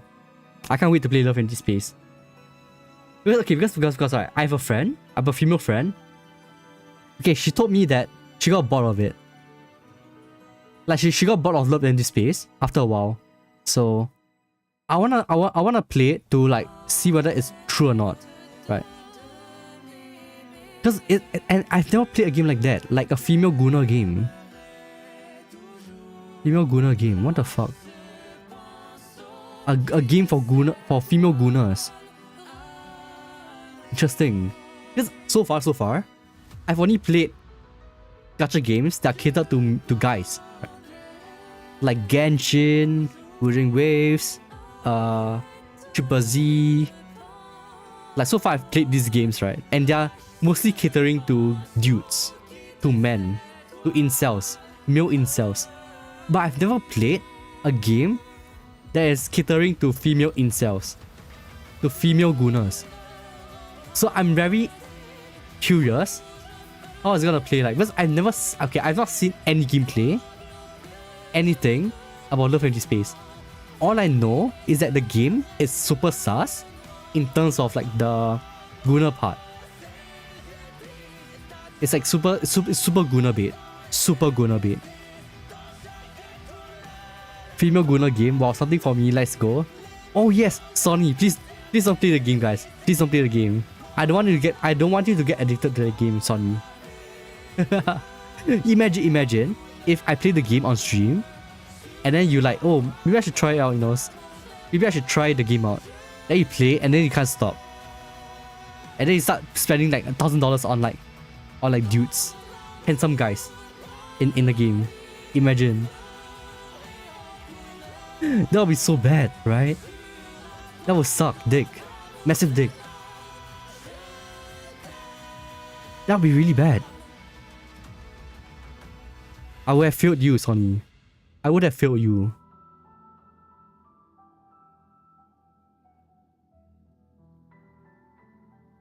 Oh, Ruby, by the way, I beated this boss I couldn't in Wuwa. Oh, really? Hey, congrats. Wait, which boss? Is it the Thundering Mephis? Or the Heron? Which one?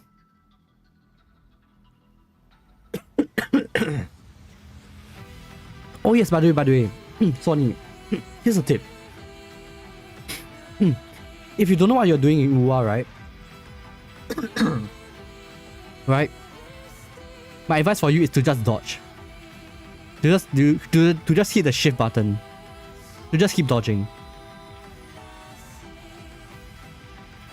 Like for in Wuwa, right? In Wuwa, when you're fighting bosses or any enemies, when you're not fighting, right? When you're not attacking, just keep hitting dodge. Just keep dodging. So you attack, dodge. That's how I play. Right? That's how you play the game. Because I think a lot of people who play Wuwa, right? They are kind of like used to Genshin, where once you attack, you have to run. But in Wuwa, it's different. You have to dodge. You have to dash. Like running doesn't work. Walking doesn't work in Wuwa during boss fights or any like fights in general. You should always be dashing. Always see the shift button. Yeah, and also try not to use heavy attacks unless you need to. Yeah. Oh, Lorelei. Oh, she's pretty hard, right? Okay, because I would say she's like a pretty hard boss for like new beginners. Like noobs. Like people who are new to the game, I would say. She's pretty hard, I think. She's pretty tough. She's a pretty tough boss.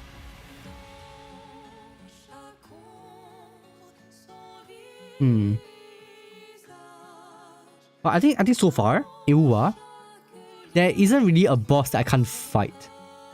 Like I've never been blocked. I've never been stopped by a boss before in Wuwa. Right. I've never fought any bosses in Wuwa that I've not been able to beat. I would say. Like, I think the boss fights in Wuwa is quite fun and it's quite easy, like in terms of like combat. Remember when I was talking about City Water, I meant Rinasita. Oh, I see.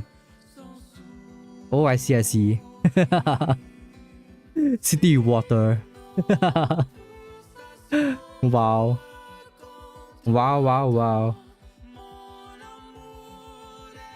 Yeah, so yeah, I'm super so TLDR. I'm super excited for tomorrow's stream. Yeah. Love in this space, boys. Female Gunner game, let's go. Let's go.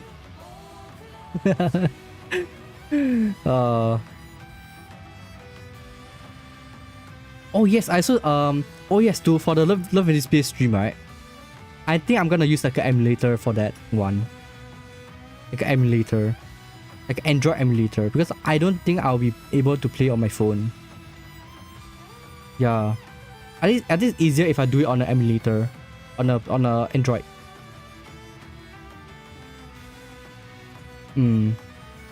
So you're probably gonna do that instead.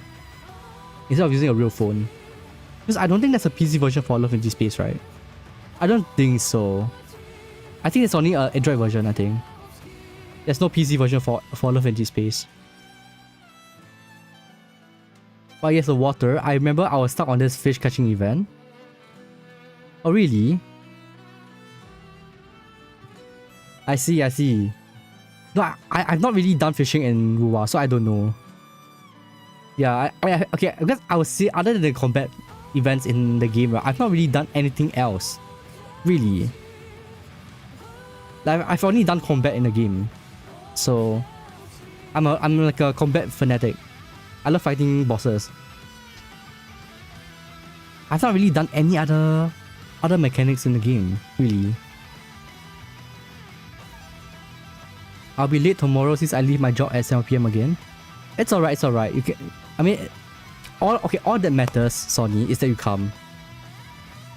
That's all it matters, I would say. It's alright, Sony. It's okay if you're late.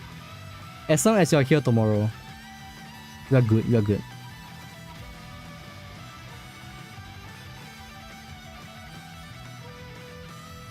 Wait, does anyone here play Love in this Space, by the way? I wanna ask. Does anyone here play Love in this Space? I'm curious because I know that Love in this Space got a lot of money so far for the last month. Their revenue is so high. Like there's a lot of people paying in the game. There are many whales in Love in this Space. So I'm curious, does anyone here play Love in this Space? Or like ever played it before? I'm curious because I might need some help with the game. Because I'm new, right? So I might need some help. I don't think I have. Are you sure about that, Softy? Are you sure? You don't... You sound like you're lying, bro. Are you lying? I feel like you're lying, bro. Nah, Softy, I know you play it, bro. I know. You play it in your free time, I know. You're just being shy. It's alright. We all know you play it. We all know you play Love in this Space. Come on. Why are you kidding? I never lie, he lies. No, I'm saying I never lie. But I'm not saying that you never lie. It's you. You're lying. You play Love in this Space. I know you play it. Love in this Space. I know. I knew it. You're gay. I knew it.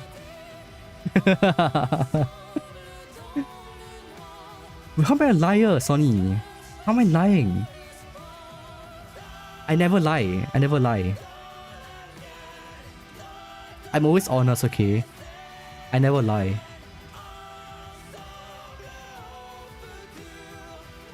Shut up.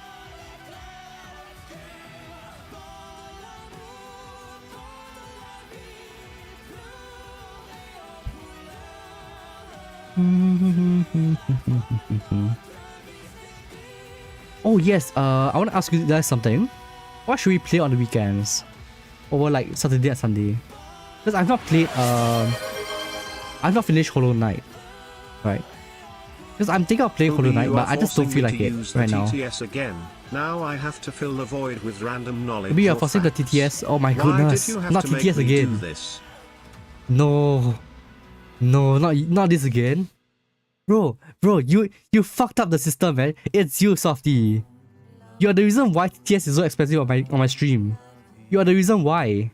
You made it expensive. I had to up the price. Because of you. Because you were spamming. You're spamming TTS every single stream. I remember. You're spamming it so hard. Do you remember, Softy? Bro, you were spamming TTS every day. I had to up the price because of that. You ruined the market, bro. You ruined the market. It was you. You ruined it. I love spamming TTS. Yeah.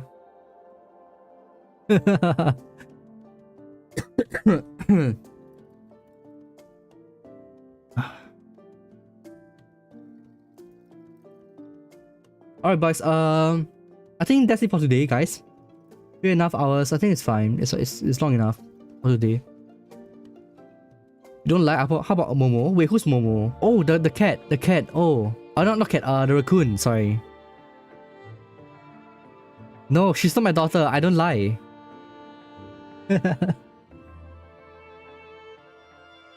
Team Tide Ruby. Yeah. Good night to you guys. Good night. Good night. No, okay. I'm sorry if the stream is short today because I'm like kind of sick. So I think I should sleep early tonight and then I'll be back better tomorrow. Yeah. So I'm gonna sleep too early tonight, guys. It's like 3 AM right now. 3 midnight. I have 5 hours of sleep. So yeah. Admit it, you had some good laughs. Yeah. Alright. Oh, before we go, right, let's read someone. Hold on. Let me see who's online right now. Who is online? Let me see. Is Luna online right now? Let me see. No, she's not. Who is online? Let me take a look.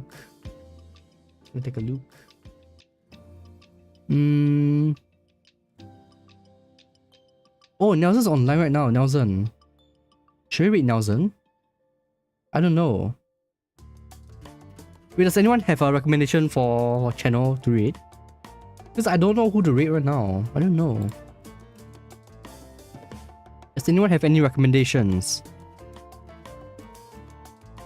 Recommendations. Oh, let's read a Genshin streamer then.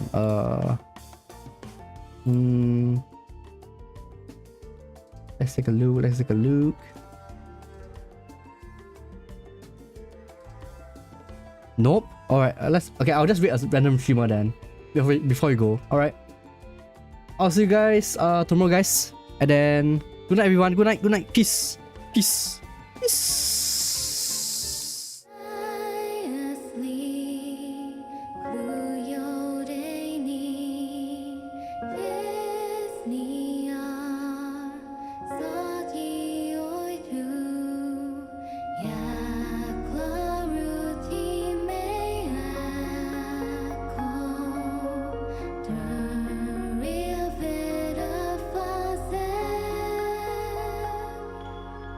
You